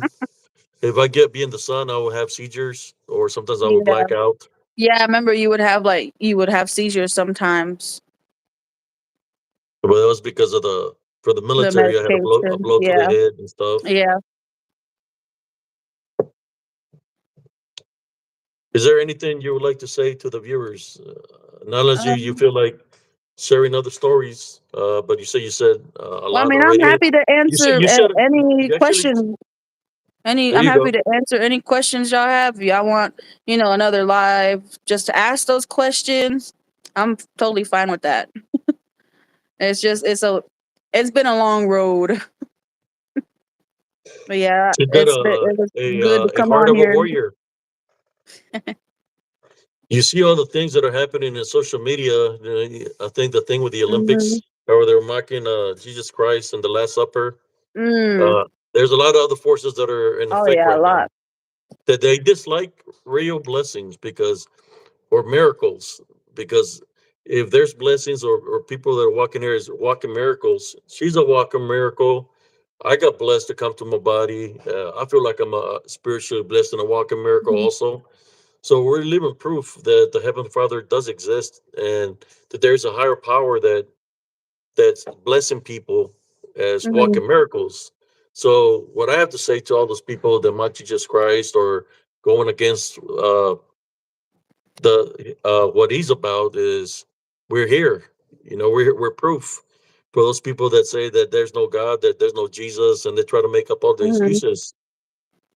That's why I brought my niece here today because she's more of a bigger prime example that Mhm. Jesus Christ does exist because the doctors told her she was a walking miracle. In my case, I was clinically dead for 20 minutes, and when I got blessed to come back to my body. The doctor opened the curtain. He had a cup of coffee and a donut, I think, with a smile on his face. When he see me looking at him, he took off running. But as far as I Mhm. knew, I was clinically dead for 20 minutes. So I got blessed to come back to my body. In which that doctor he took his life. I'm more sure, those doctors that made me. I think they made me sign a piece of paper for my organs, if I remember correctly. But it wasn't up to them. It was up to the Heavenly Father. I think there's So a troll in here right now. yeah, He just got yeah. removed. I guess you said there's no trolls here tonight, and they just jumped out of nowhere. Shoot, I know I got a nice mouth. PRT, paranormal table. Stop sending your trolls over here. I'm just playing. Shoot, I know I look good. It's okay. PRT, stop sending your trolls over here.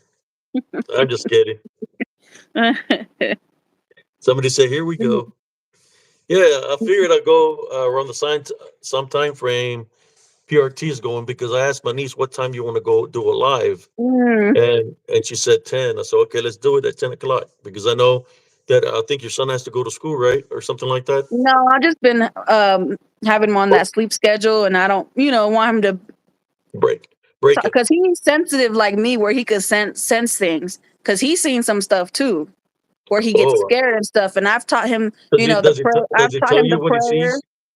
No, he just sees like that. He sees something like, I think it's the shadow stuff, But I've taught him the prayer. We pray every night. And I've taught him, if he feels scared, rebuke it in Jesus' name.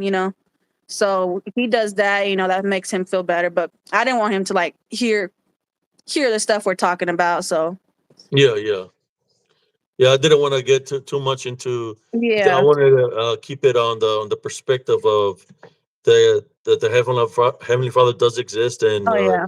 you're a living example of that. Oh For those yeah. that because I know that's the agenda that the woke movement is trying to do. They're trying to get people to believe in the sins they're committing, but they don't want to acknowledge Jesus Christ. And Hmm. she's a living proof. The doctors told her, "Do you believe in miracles?" Yeah. That's Yeah. They somebody they that was went just to. they're like, we should never tell this to patients, but how are you still alive? It says they said we're lost, but say at least we know, and we're gonna help you out or try to help you out. Yeah, I do remember this one time. It was before I had surgery. The like month before I had it, I was in and out the hospital that whole month because it was just so bad. And the it was like, I think a week and a half before, I was on this IV drip of medication called Milrinone, and I guess it stops the heart from having like so many palpitations and stuff like that, right? And at that time, or like going into the palpitations and I guess the chest pains and stuff. So I was having a lot of those during that time. So they had me on that IV drip, and I was sitting there, watching TV. And I had a visitor at the time, I think. And I was sitting there watching TV, laughing and stuff like that because it was a comedy movie on. And then you hear the alarms start going on, like outside, like if there was a code or something. And then my alarms in my room started going off from the machine. And I was like, well, before the machine went off, I told the person that was there visiting, I said, ooh, someone's about to, the nurse is about to start working hard right now. Gonna start working because the alarms are going off, and then my alarm started going off in the room, the machine, and I was like, I pressed the button so they come turn it off.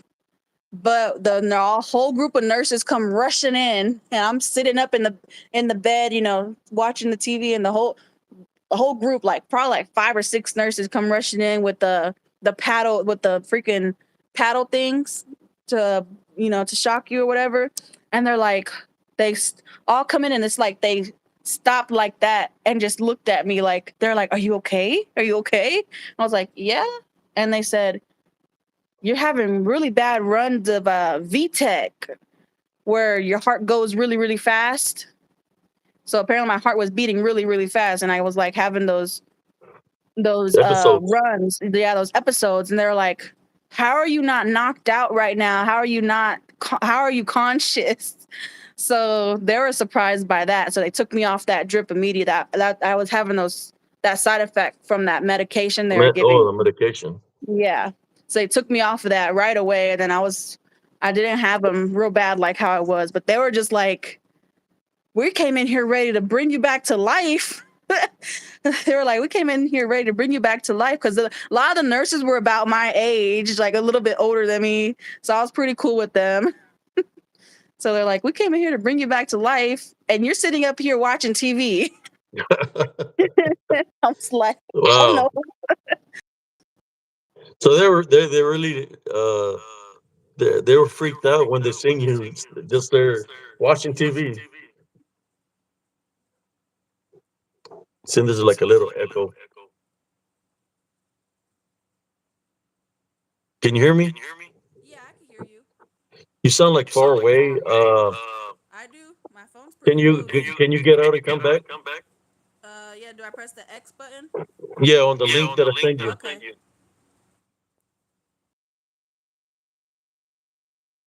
Yeah, something happened when she was saying the story. I don't know you noticed that she's saying the story and something happened here, which I lost her.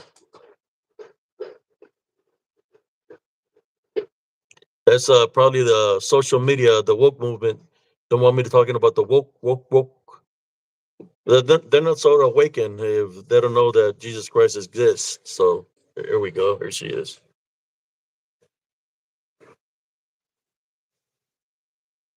Can you hear me? Yeah, loud and clear. I can hear you. Okay. Yes. Yeah, I know. It's like you were talking. We're talking about that incident, and Yeah, it's that like, happened for some dramatic flair.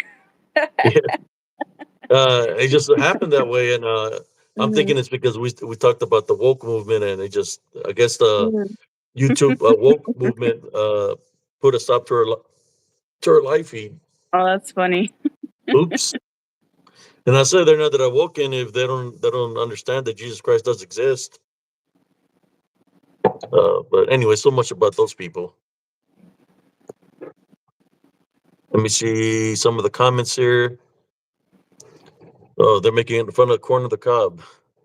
Say Smurfy corn of the cob likes to go driven a lot with a buttered cob. He especially likes a Oh. long trip down Hershey Highway. Oh my God. Oops. Sorry about reading that. Somebody said chocolate flavored corn nuts.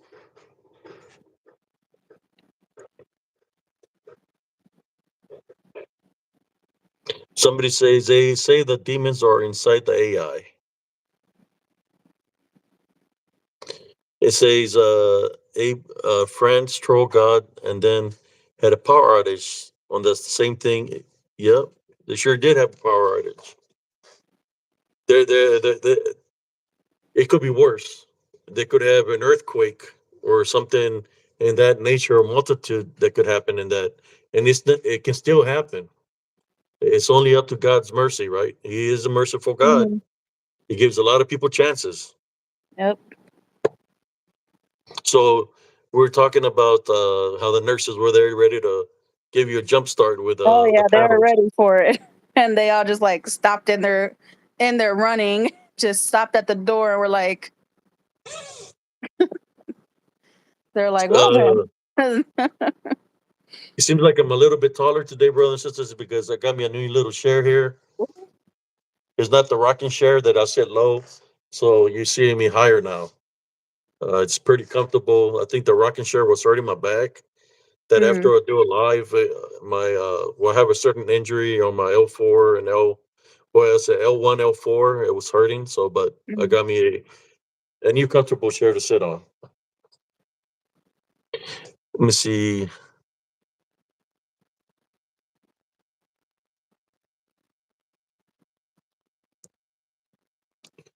I think they say double tap this too, also to get more people coming in. So I double tapped it. It said, "You're growing." You're grown. Yeah, I'm growing like that Oriental man that used to our neighbor. Now, yes, we're over 2,000. Think we're over 2,000, 100 and something. I had brother Josh Turner here. I've had my sister, then brother Josh Turner. Of course, cousin Jesse's always here. And then I have a niece. So I'm trying to get guests. They're not afraid to come and share their story.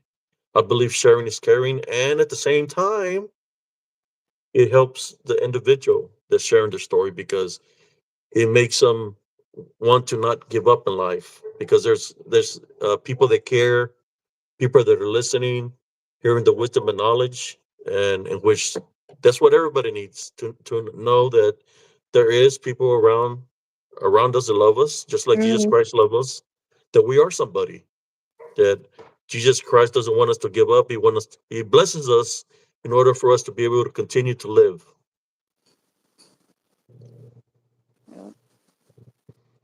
What other crazy stories from the hospital, Jennifer? um, Compared to that one that you said, was there any other uh, moment, like maybe what was the expression on the doctor's face like when they found out you were 8%? I mean, what's well, I because mean, there's people that are educated.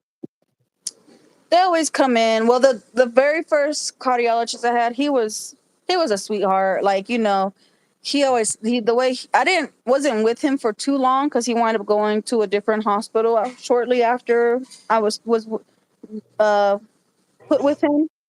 But all the cardiologists that I have been with in the past, and like they're a whole team of cardiologists that work together on each patient. So even though I'm seeing one, they have a whole like committee meetings that they talk about each patient. So all of the cardiologists, all the doctors and stuff that I've seen, they've been pretty good, and I do trust them. There are some couple that I'm just kind of like they they're like kind of like scared to like get involved because of the heart stuff. But they're pretty compassionate, so they're like very understanding, like whenever I'm feeling a certain way. And like, when I get the bad news at the hospital, I really try not to cry until after they're gone, but it just comes out sometimes. Yeah, remember I told you one time, and no matter what they tell you, just stay positive and Oh maintain yeah. love in your heart. That I will tell you, Yeah. don't pay attention to what they're telling you, because Mhm. that's what I mean. One time I was at the hospital and they told me I had a year to live. Mhm. And I didn't take it too hard. You remember I started walking and exercising, walking miles and miles and Mhm. miles. So when I went back the following year to the appointment, Yeah. because that's how bad the VA is, they gave you an Yeah. appointment. It's always like a year's wait to go to another appointment. Mhm. So when he see me the Yeah. second time around, he said, "I don't know what you're doing, but keep on what you're doing because you Mhm. done reversed what you were doing. What was happening Yeah. to you, you reversed it." That's what he told me. So staying active, even if it's a little bit, something is Yeah. better than nothing. Yeah. Yeah, with me, like I get seen probably about every 3 months from all my doctors because they all try to keep up with the cardiologist because he sees me like every 3 months. Or the So cardiologist. I see a cardiologist, and I see a rheumatologist for the vasculitis that I have. Then I see a kidney doctor, and then the most recent doctor I see is a vascular doctor because of the whole blood clot. So yeah. But you can tell the difference with the medicine they gave you from the blood clot, the thinner that is Yeah, helping you. yeah. Yeah, the that blood clot, it dissolved on its own. when I was in the hospital, but they did find another. It wasn't a blood clot, but it's a blockage in my stomach area. But it's not a blood clot. They said there's no way that they're able to tell or any tests that they could do to find out what it is. So they just say like if I start like experiencing pain there, like and if I'm not able to eat and stuff like that, like to go in and stuff. So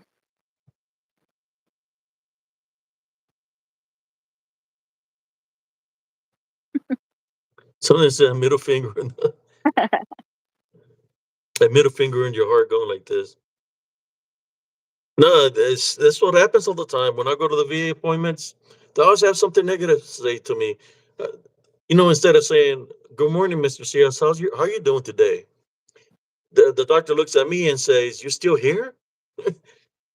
Yeah, like basically saying you're still alive. That's all she has to say. You're still alive because they haven't seen me in about a year. right. I literally had to schedule my own appointment with them. Oh Lord, They're like, yeah, like the it's the so doctor hasn't seen hard you to in get over a year. appointments. Yeah.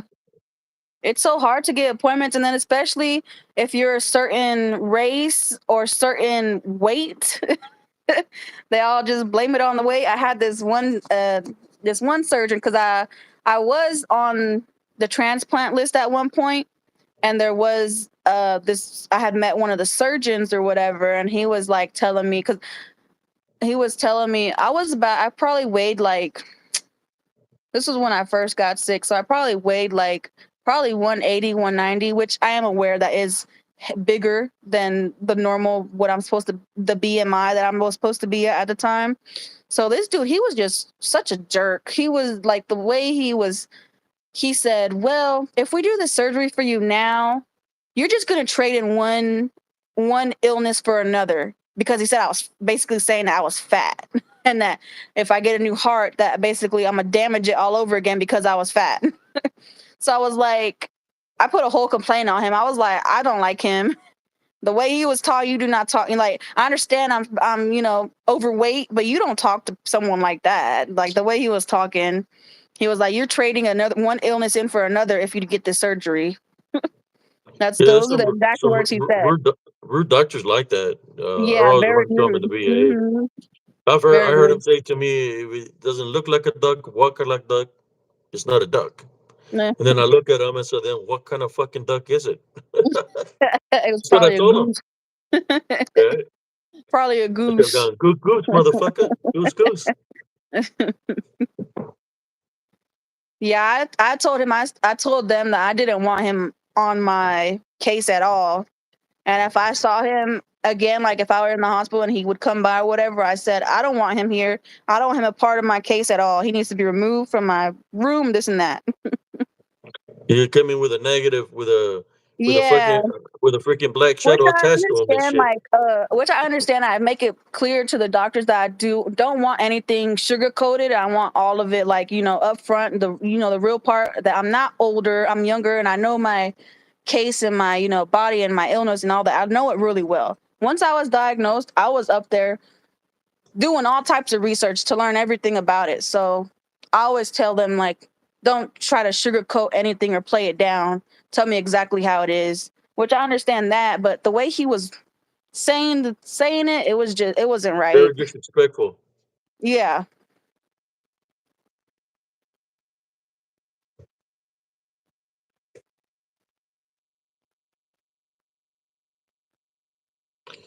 Yes, that's very true, Murphy. And like I said, she's walking proof. I know I've been blessed to be here, and that's why I do the works that I do, and I reach out to everybody here at nighttime and the time where people say, "Oh, don't."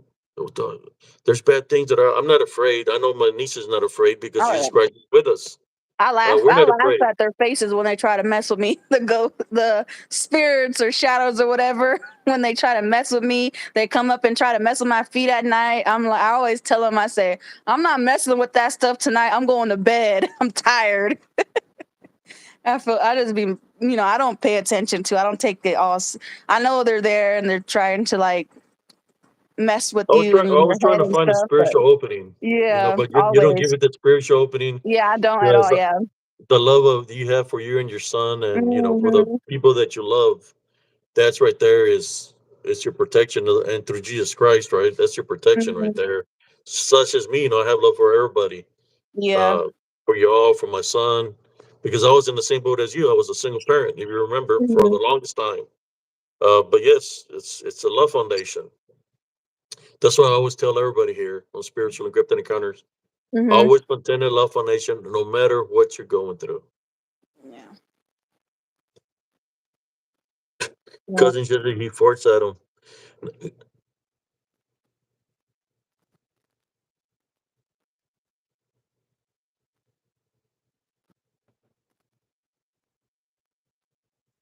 Okay, yeah. I know there's some trolls that are coming up. Let me give me That's a all cup of right. a bottle of water real quick. I'll be right back. Mhm. You can talk to the people. Yeah.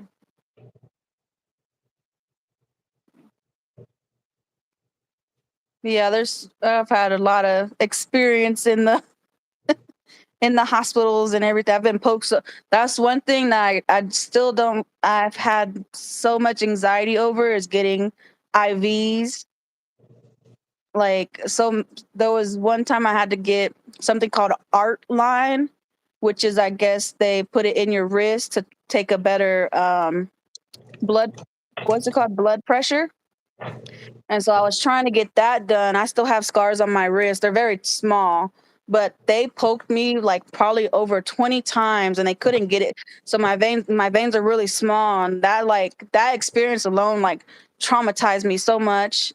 Even before I didn't like needles, but that experience traumatized me to the point where sometimes I get panic attacks like before I get IVs done. Like I don't know, they're like super, super small scars on my wrist.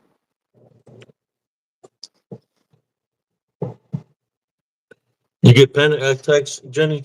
Yeah, like with when I have to do like IVs because I don't like getting IVs done. Oh, the IVs, yeah. Yeah, the IVs, anything involving needles, like getting blood drawn is different because I know I'm only gonna be there for a little bit, but like the IVs, I know the IVs are gonna be in there for a while, so I'm like really cautious with them. Like I be telling the nurses, like you gotta come change this dressing, come clean it, come make sure it's still good, flush it, everything. So I'm real good with like being on top of that stuff.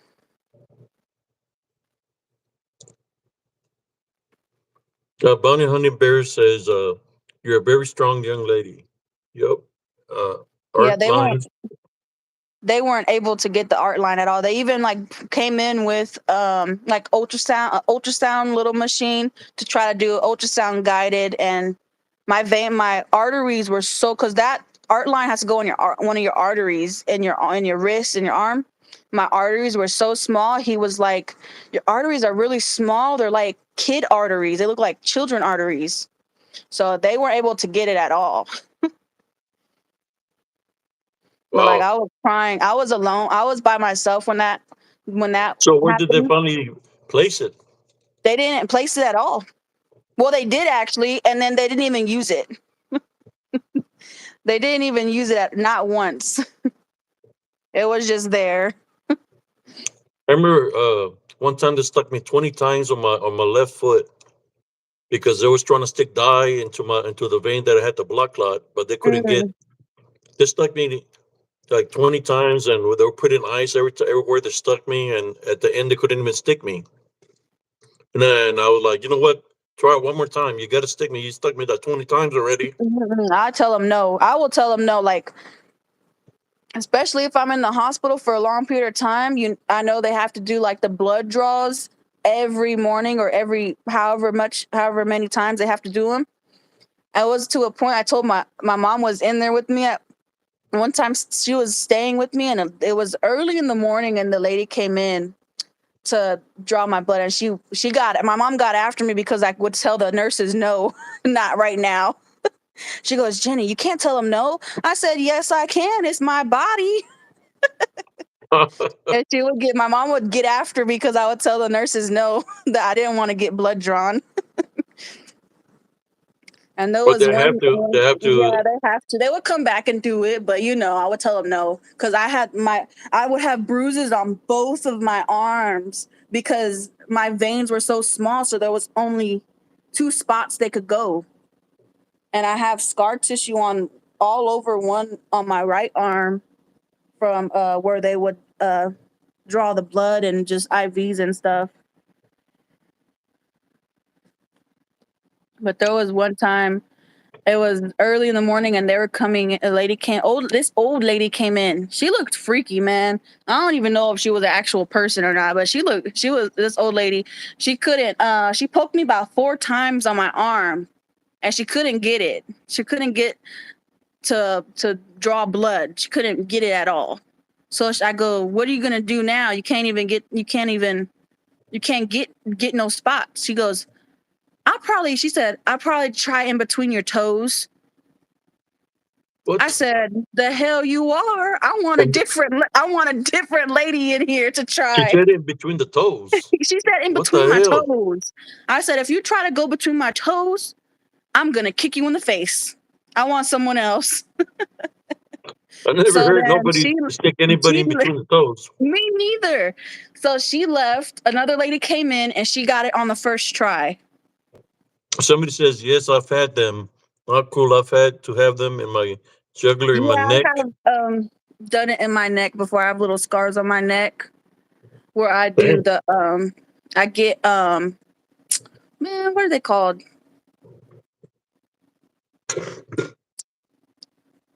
I can't think of what the procedure is called, but I get a procedure where they stick like the catheter thing down my through my artery and down into my heart, and they check like the pressures in my heart and stuff like that.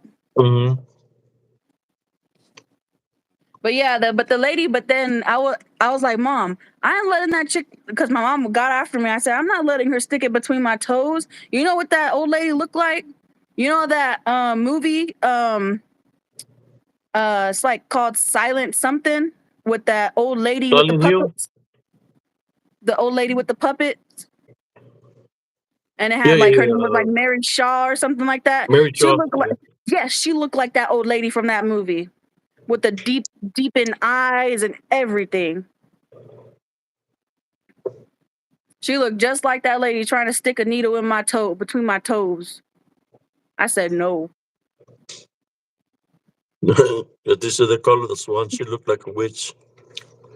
Yeah, the thing that they put in my neck, they call it a swan because they had left it in my neck for a while to keep checking the pressures.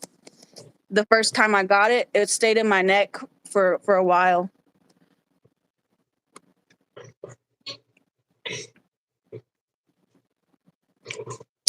When corn the cob gets it, they call it the cob. The cob.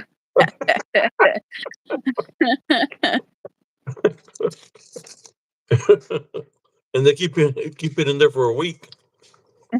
For a week.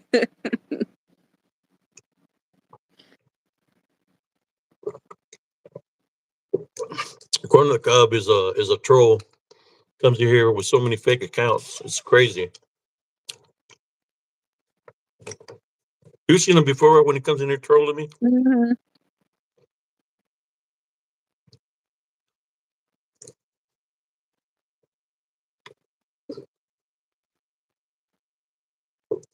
No, he's called a corn knob. Oh shit. Corn knob. That's funny. He's probably gonna create his own little swan, and he's gonna get the Right. leaves like that that look like a swan, and so I get my Yeah. own corn swan. I'm gonna call it the corn the cob swan. But yeah, I don't like needles at all. Anything dealing with needles, I don't like it. I'm glad that they have that spray now, that numbing spray. That Yeah. helps a lot, but even then it still burns. But I've done really good with like, breathing and stuff like that whenever I get anxious cuz I get anxious really quick whenever I have to do procedures and stuff like that.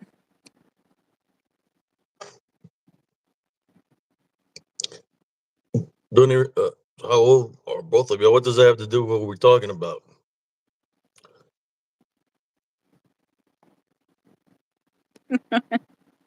That's Top corn the dive. cob. It got offensive. Sorry, corn the cob swan. Yeah, I've done good with the breathing techniques, and like now I go get the blood draws are fine with me. I'll do my breathing techniques with the blood draws, and they're like the people drawing the blood. They're like, "Ooh, you do really good with the do really good." I'm like, I really don't, but I know I have to get it done, so I'm gonna just sit here and do my breathing. Do you look away, or do you Yeah, look? I can't look at them whenever I look away, and like I could tell once that I feel that needle pierce in, I take a deep breath. So you really don't feel the pain of the needle going into your skin. I always look at my arm when they stick me. I can't look at it. I can't look at the needle. I can't look at the blood. It freaks me out. But yeah, even Is that though I'm used to it.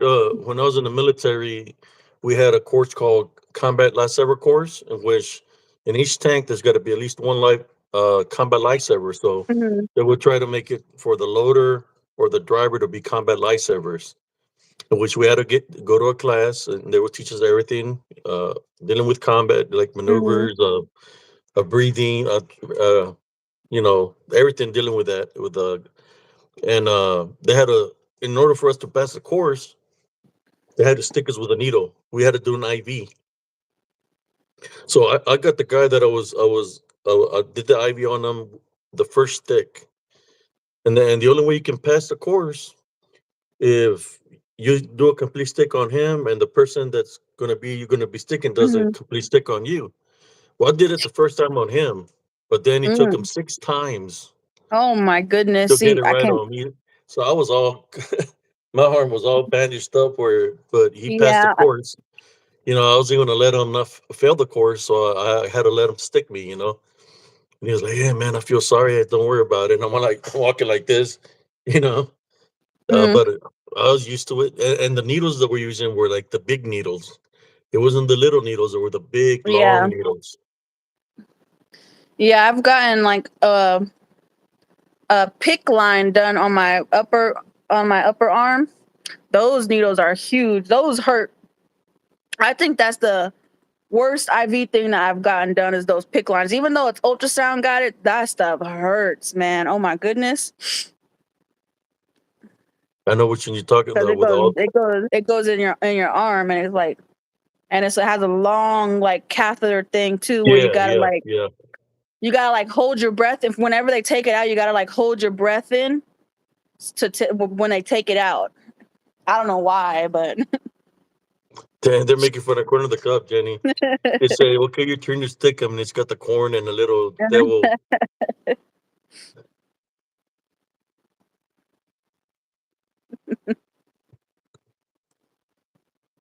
Yeah, man. So you remember the marks that I would have when I would wake up, where I had Mhm. scratches, and You'll have when the like succubus bruises was attacking everywhere. me in the Yeah. room? Would you ever see anything out of the ordinary, like because in my room, like when you would go to the kitchen, Hmm. you ever witness anything like near there that you And can near remember? your room? No, but I know I really wouldn't go into your room too often like that. But I do remember like I remember one time you had a handprint. I can't remember if it was on your back or if it was on your leg, but it was like a bruise, but it was in the shape of a handprint. I remember that. Yeah, I was heavily medicated, brothers and sisters, from the medicines that the VA was giving me.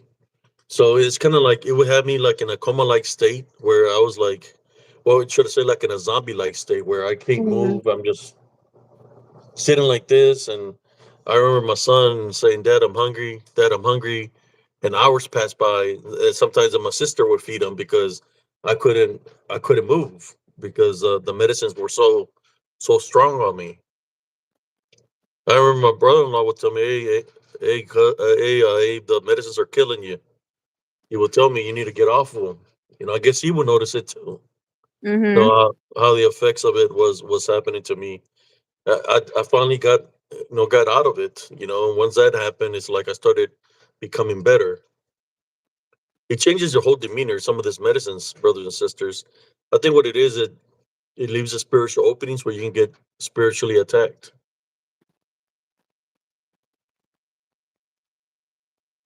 Okay. He's saying the bro was admitted by a Chinese man. His name was Chinese Wanga. What the hell? Shiwanga.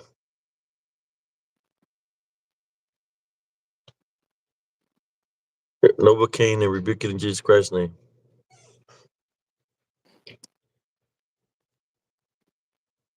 Yeah, I remember that. Do you ever remember the chanting that you hear people chanting outside, or how about the when we hear the kids running around the house? Do you ever remember that? Hearing that? No, I don't remember much of that. I remember I would just go outside to when the dogs would bark, or I think I had to turn my volume down because it's too loud. I don't think it's too loud. Can you hear me? Yeah. Oh, okay.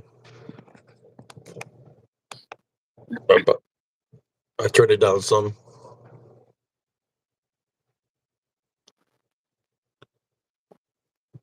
I remember that other guy. What was his name? Uh, the neighbor that used to live down Acorn Creek. The black guy. What was his name? The one that had the hair real big. That he was a little bit. He was sick because something had happened to him spiritually. Oh, I don't remember. Kyle. Was it Kyle or not Kyle? Beatrice knows his name. The neighbor. He was always walking in his boxers. Shoot, my mom's probably asleep. Oh, she's probably asleep. She's probably asleep. Audio is good. Yeah, I said I got a message from my wife to lower it down a little bit because it sounded loud, so I lowered it a little She bit. thought we were having a party.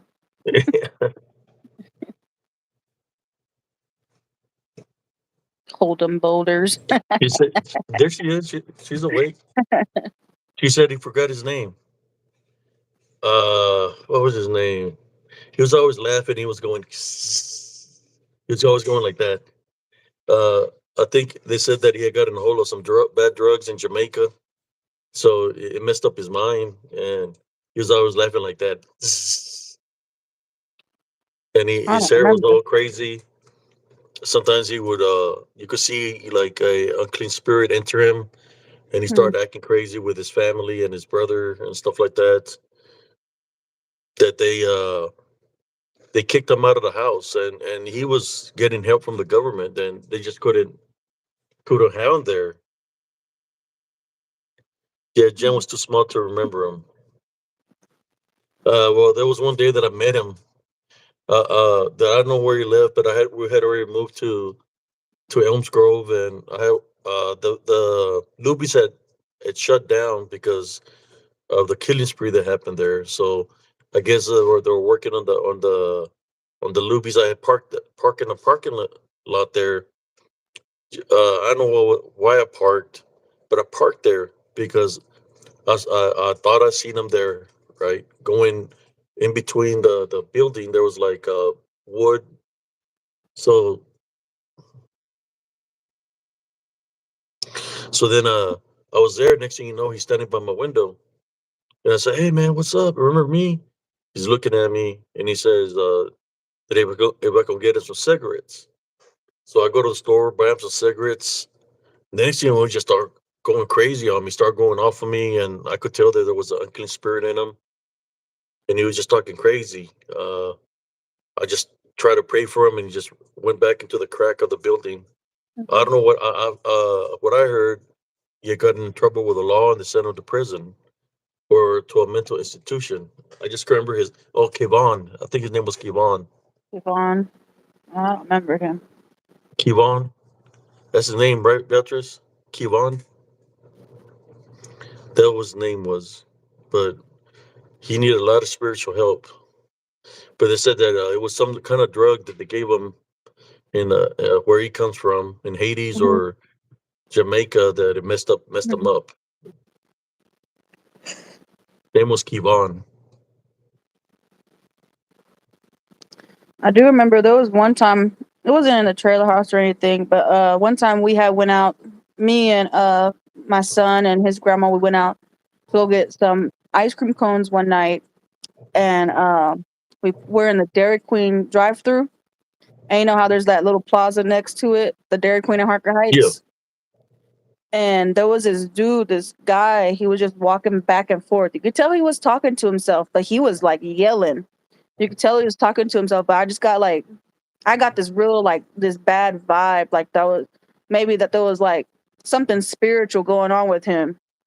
And so like, and we were waiting in line for quite a while. You could just see him going back and forth, walking back and forth from Dairy Queen to the other side, just yelling, talking to himself. And I started praying. I started praying for him. I was praying. And then you could see him just kind of, he goes and he sits down against the building. He sits down against the building and he stops talking. And then I felt like this relief come up from him. You could see like like a sense of relief came off him, and he just sat there. He didn't say nothing, didn't speak no words, nothing. He just sat there like if he was relieved. So I yeah, felt like there was something going on with him. I feel like I know he looked like he was homeless. So I mean, I know homeless people, they go through a lot. because they're not drinking water, they're not Mhm. eating right, and all that affects. They're not getting the proper nutrients for the Mhm. body to function, so it affects them that way. Homeless people, Mhm. they're not drinking enough water. The body needs a certain amount of water to survive and Yeah. a certain amount of food to survive. Yeah. Your body can't be without water for so long, or else you're dehydrated and you pass away when not having the proper water in your system. Yeah. Yeah. I was just in a hospital couple I think like last month or the month before because I was super dehydrated. I knew I was dehydrated because I take water pills and they like take the fluid out of my body. Hmm. So the water pill, I guess I don't know if it was too much that day, and I could tell. I know my own body, and I could tell that when I'm dehydrated and stuff, and I was feeling sick, I was getting super nauseous. My mom was over here that day. I called her because I said, "Mom, I need you to come over here and just just sit here, just in case if because I'm not feeling too well. I uh can't feel take care of Eli. Take care of him today." And so she came over and she was just sitting with us and she saw me. I was like gagging and throwing up almost every other minute. And so I told her, I said, "Mom, I need to go to the hospital. I'm probably either dehydrated or I have too much fluid in me. I know this is how my body gets when I'm either one or the other." I already knew it was one or the other. So we wound up going to the emergency room and sure enough I was dehydrated. And one of the doctors there, they saw because I guess that my chart is up in their system as well.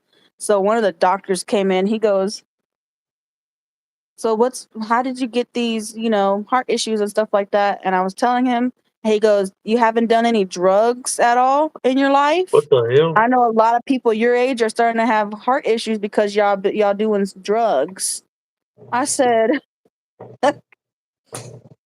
"Yeah, my blood, like in my IV, my blood was black because they kept drawing blood to do the test, and my blood was black.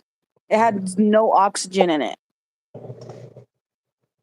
But yeah, that guy was rude. He said, "You sure you don't do any drugs?" I said, the only drugs I do are the ones that are prescribed to me by my cardiologist." He didn't say nothing no more. He didn't say nothing. He just walked out.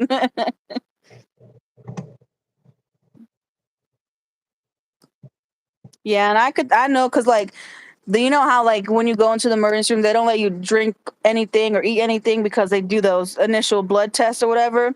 I told my mom, I said, "Mom, take my card, go get me something to drink, either water, Gatorade, Sprite, whatever they have." She goes, "You're not supposed to drink anything." I said, "I don't care. I know my body. I need something to drink." And so she went and got me something to drink. I drank, I think it was like a 7 Up or something. I was drinking the 7 Up. And I started to feel better once I was drinking the 7 Up. So yeah. Yeah, dehydration is bad.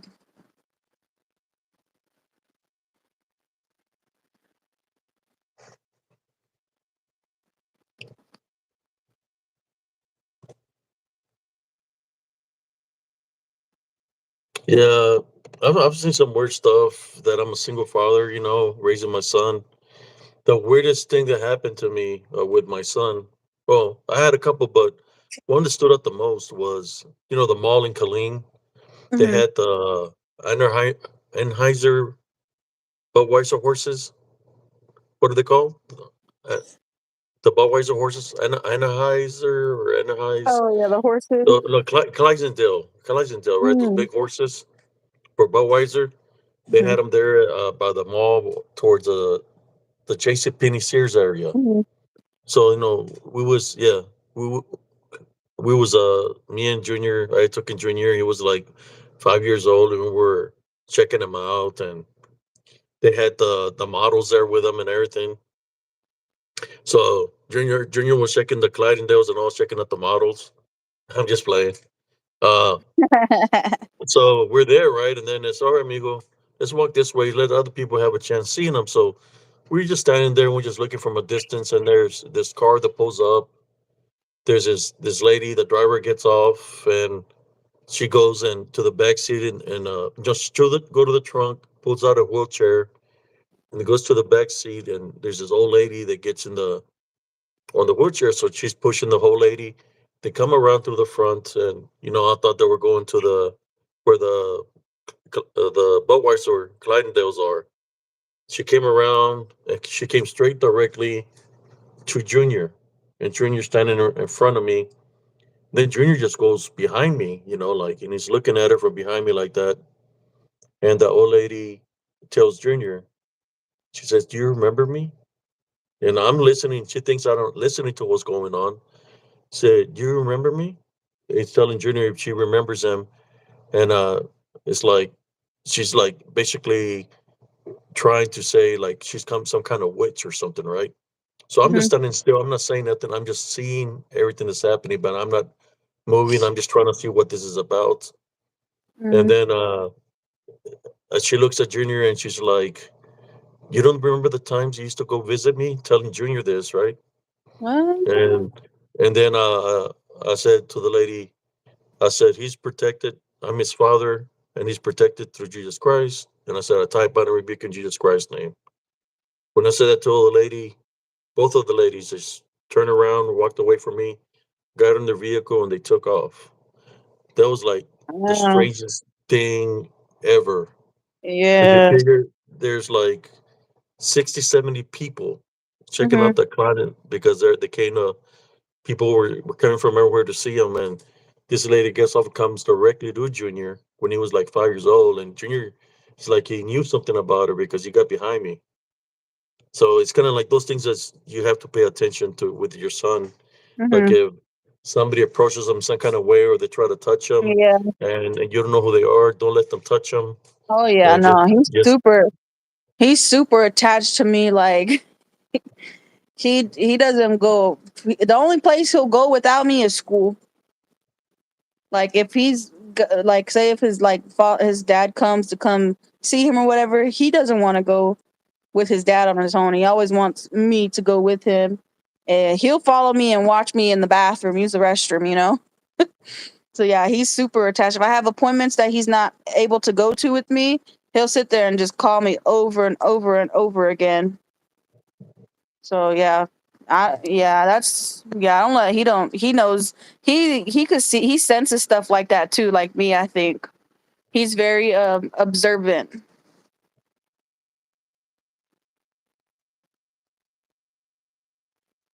say, Abe, you need two books. The Love Foundation. People always tell me that I need Yeah, to when he's write gonna some write a book. books. Yep. Maybe one day I will if I can find the right person to trust that help me.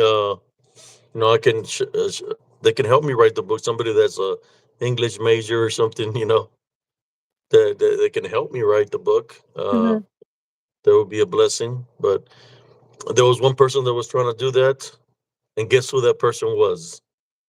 The one that's talking badly about me, Dana Ortega.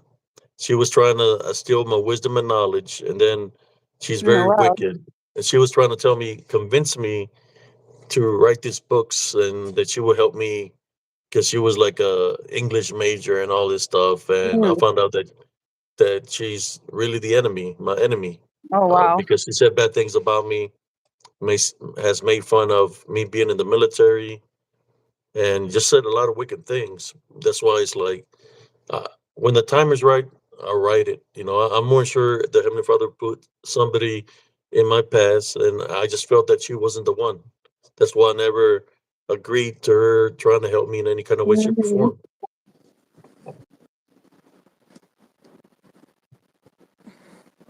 Yeah, she's a bruja. You ever seen lechuzas, Jenny? When Um, no, no, we those just are see the the owls. big old giant. Yeah, I would see the owls all the time, What color everywhere. owls were they? Brown, They were like a lighter brown color like barn all the owls. time. Yeah, with like yellow eyes Yeah, all the time in our front yard. Like you know how that that old lady Evelyn that lived in front of us, how her yeah. tree would like go over her house and like drop down into our side of the in her backyard. All the time I would see owls in there in her tree all the time. And those owls are always going hoot, hoot, All the time, yeah. hoot, hoot. They were Mhm. hooting. Yeah. The only thing they had to say is hooty hoo, hooty hoo. But there was always hooting. There wasn't lechuzas. They were Yeah, really they're owls. brown owls. Mhm. There wasn't that big. I say like what, maybe They weren't too big. three and a Maybe half like tall, yeah. 3.5 tall. Not that big. Those were real owls that were just Real hooting. life owls. Yeah. So I said, "Uh oh, don't make Make that a sound. sound." No, Go and it bring them wasn't a in. lechusa. There were owls, but I think there was one time that there was a lechusa in the park because they make the screeching sound. Yeah, I remember we would hear it randomly, like if we're in the house with like whenever we would have like the doors open and stuff like that, we would hear like the random screeching sounds.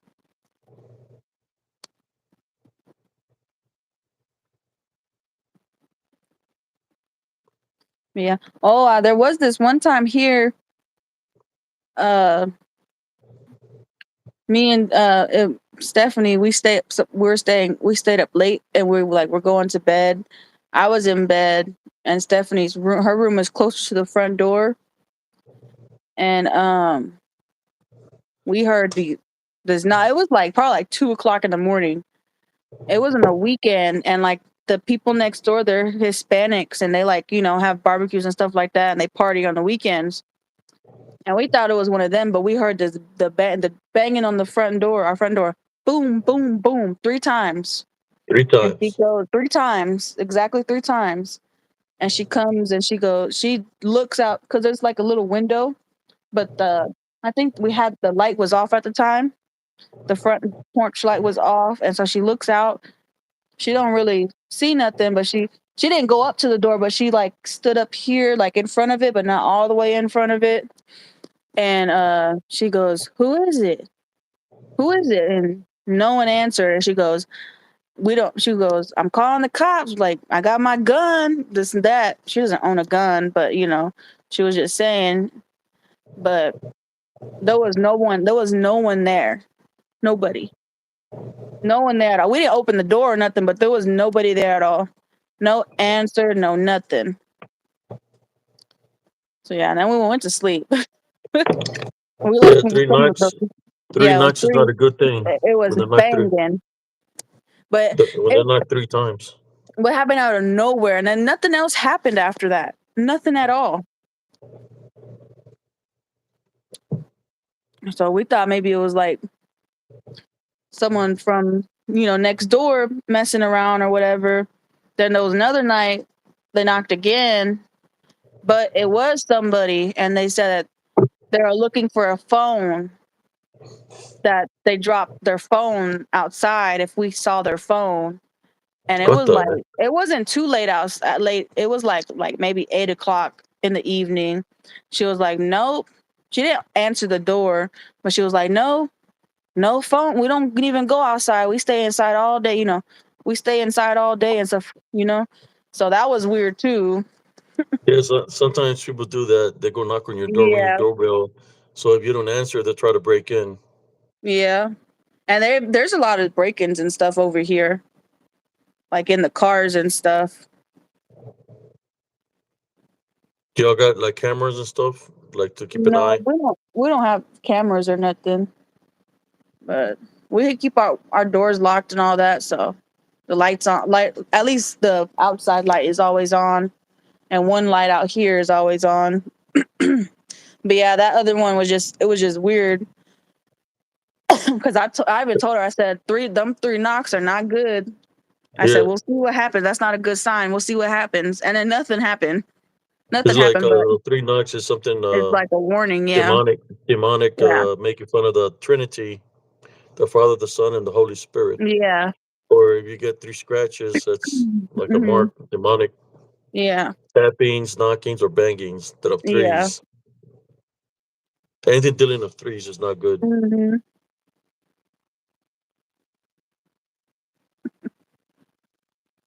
You ever see corn on the cob when it pops up here? That sometimes he puts three corns.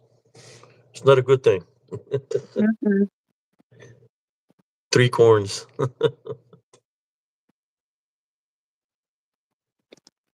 How many links does it take to get to the center of a Tootsie Pop? Licks. You put links in there, cousin. Think you meant licks. Somebody said, speaking of tonight, I noticed my black sliding door cracked open and offset. Good thing I have a bar behind the door to stop it slide from. That's good. Cousin just said The that's a train train. three corner of the cobs. Oh Lord.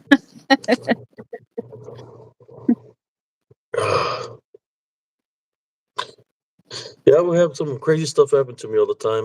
You remember when sometimes we would see like residue inside the home that there was like some black goo. Like Mm-hmm. when I told you there was something black in my restroom and there was like black goo in the shower point, black goo on the floor, and black Hmm. goo in the sinks. Oh, It was I don't a lot remember of that. crazy stuff happening over there in Elms Grove. Oh yeah, so much, and I truly think that it affected all of us that stayed there, and how we like see things today and do things today. Like a lot of people tell me like that I'm like very, I In guess, like tune. the way, yeah, like in tune with everything. And like a lot of people like ask me, like tell me that I should be like in the healthcare, that I should be some type of healthcare worker, that I would be really good at it and stuff because of the way I am, like the way I talk to people, and how I could like give advice and stuff like that.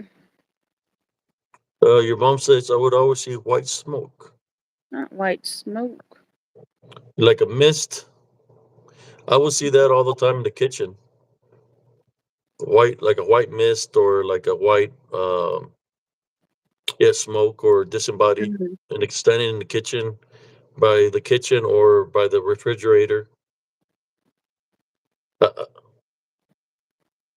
See, Smurfer says Jessica Rojal 1 2 3 crunch. What the hell?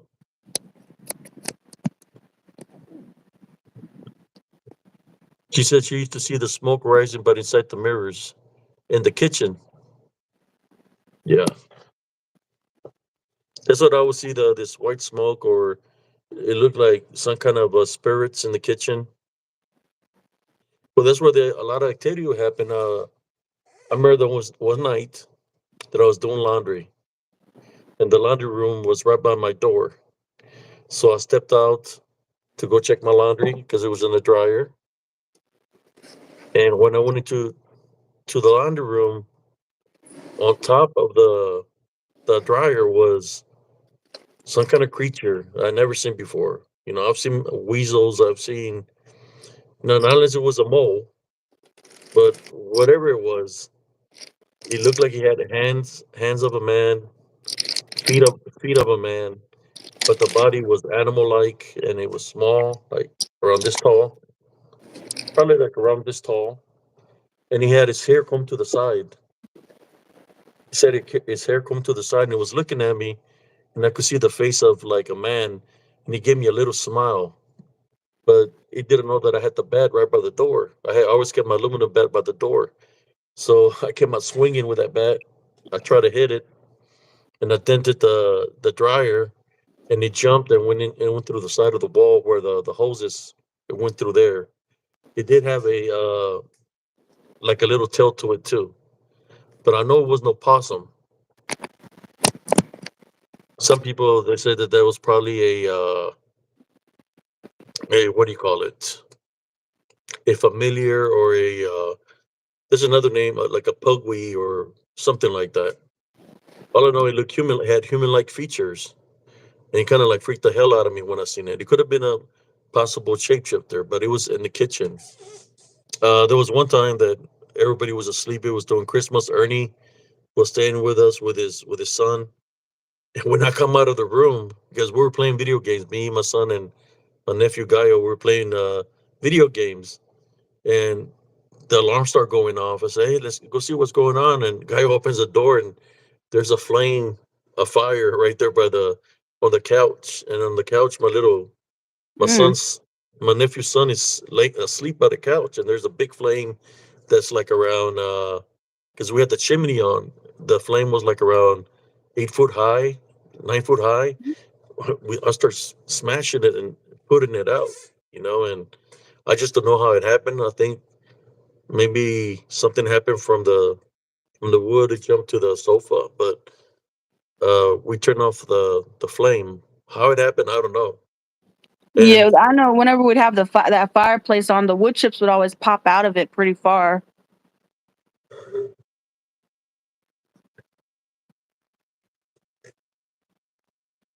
somebody's talking about a degen. How you doing, Rebecca?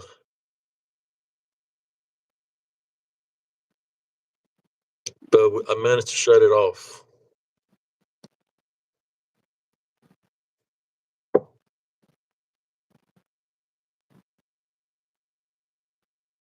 Somebody's talking about a degen. So that's about the only things you ever witnessed, Jenny, when you go to the park. You ever Yeah, witnessed it? no, I didn't really witness too much at the park. I didn't like going in. I didn't like going into the woods in the that area. Period. Um, because every time I would go into there, I would always have a weird feeling. So I wouldn't really go in. I didn't go in there at all for real.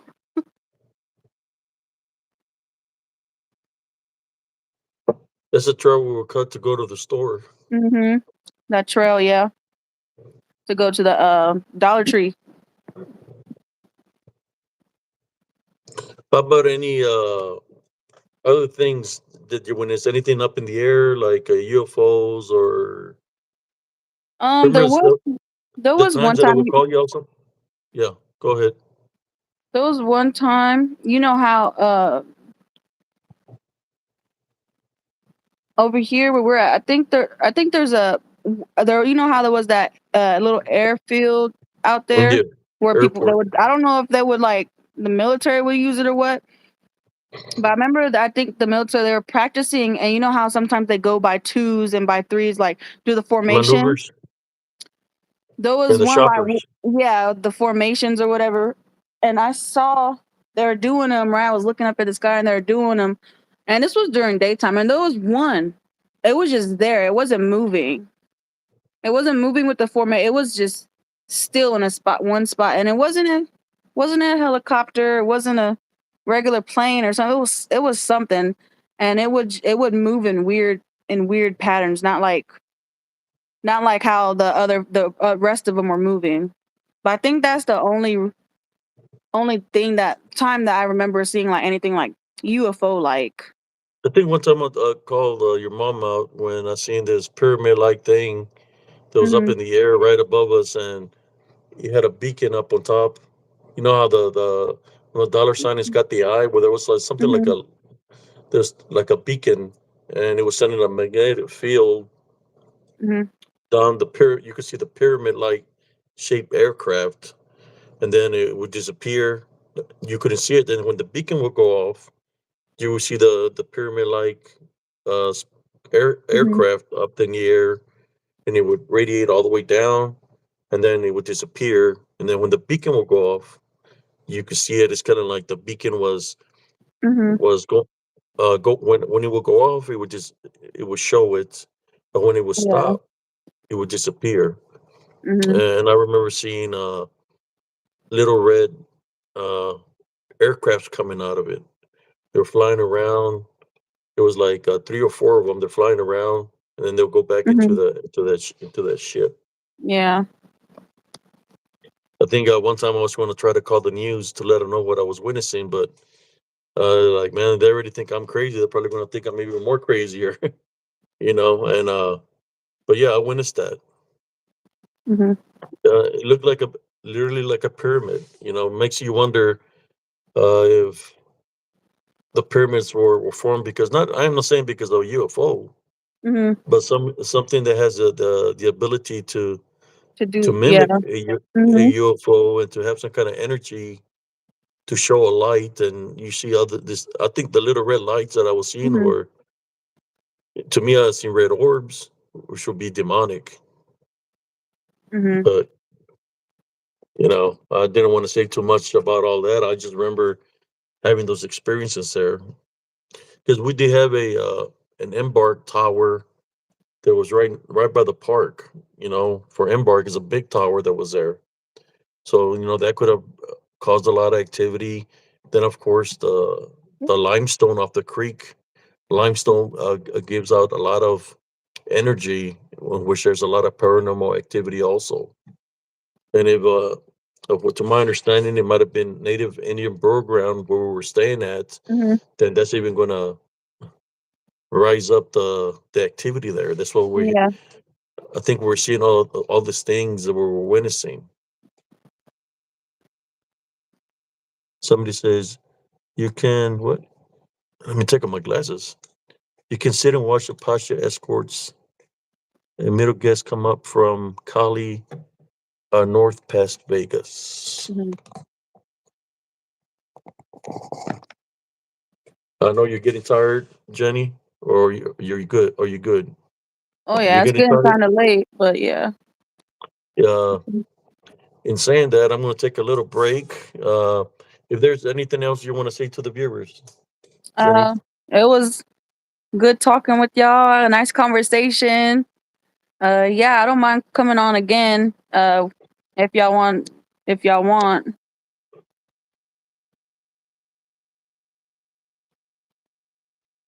In saying that, I'm going to take me a little break. Uh, Maybe I might come back later on or not. I don't know, but if not, is I already did a show with my niece. Mhm. That's what I wanted to do. I've been planning to do a show with her. I already did one with my sister. I don't know if my other sisters want to do a show with me or not. They got their own experiences also. Uh, but whoever wants to share a story or wants to share their experience, just remember sharing is caring. Don't worry about the corner of the crop trolls because we boot him out every single time he Mhm. comes in here. Or those that are affiliated with him, we just kick him out with the moderators. I want to Mhm. say thank you to all the moderators that kept the trolls. Maybe I must share. Let me see, what time is it right now? Oh, it's got 8 minutes. Maybe I must share one more story before I go. Cousin Jesse, I would like to hear Lupita. Yeah, I remember when my niece was younger and Gallo, and they would say, "Hey, there's something going on over here." They come knock on my door, and I go. I guess I'll be right back. I go outside, grab my little Mhm. holy water and stuff, and I go Yeah. pray because they were hearing noises. Mhm. Uh, and they would let me know, so I'll go outside and I pray. I protect them inside the house. I put crosses on the doorways and the windows. That was like a daily thing there, and sometimes Yeah, I'll all put the time. salt around the mobile home so nothing will be able to go into the house, and many Mhm. times I went outside to fight spiritually when things were happening out there. I had to protect my my son and my nephews and nieces, from these unseen forces, because that's sometimes that's what they target is children. So sometimes if you hear your loved ones telling you something, that they're seeing something, listen to them, and do the right thing. Just don't think that they're making things up, but do something about it. Go into a spiritual warrior, place some heavenly crosses on your doors and windows, take authority of whatever's in your home and tell it that it's not allowed there to leave, and go pray outside your home, and make your spiritual stance against whatever's around, because we have to protect our next of kin or loved ones. Um, but yeah, I remember all the time that sometimes my mother and nephew will come and tell me, Ryan, he said, Unc, I'm seeing this man, he's burnt from the face. He's got this hat on. Mhm. And the only thing we would say is like, oh, he's seen too many Freddy Krueger movies. Yeah, he was terrified of Freddy Krueger. Yeah. He was terrified of Freddy Krueger. I So, think but he that's would, why he would see it like that, because the whatever he it goes, was knew that he was scared of that. So. he goes by the fears of somebody, right? Mhm. So I believe in you that he was afraid of Freddy Krueger, so it would manifest Mhm. to look like Freddy Krueger, and he will Yeah. say that the man will come and be standing there right in his doorway, looking at him at nighttime, and he would tell me, Mhm. "Hey, Unc," and he was already how old is Ryan It was from you, like Jenny? in middle school. How he's much older than you, right? He's 2 years older than me. 2 years, and he would always see Mhm. uh this burnt man that's burnt from the face, with a hat. That's the thing that I think he would see the most was that, right? Mhm. Yeah. But yeah, let me see the comments here. Uh,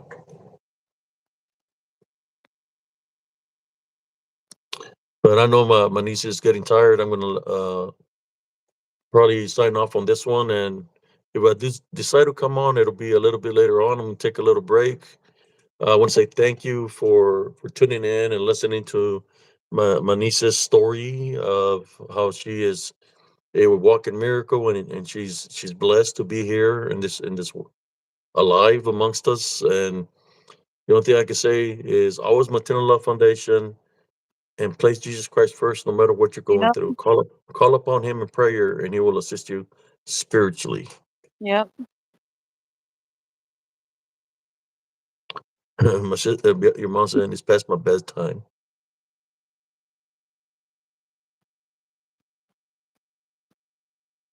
Shout out from Baton Rouge, Louisiana.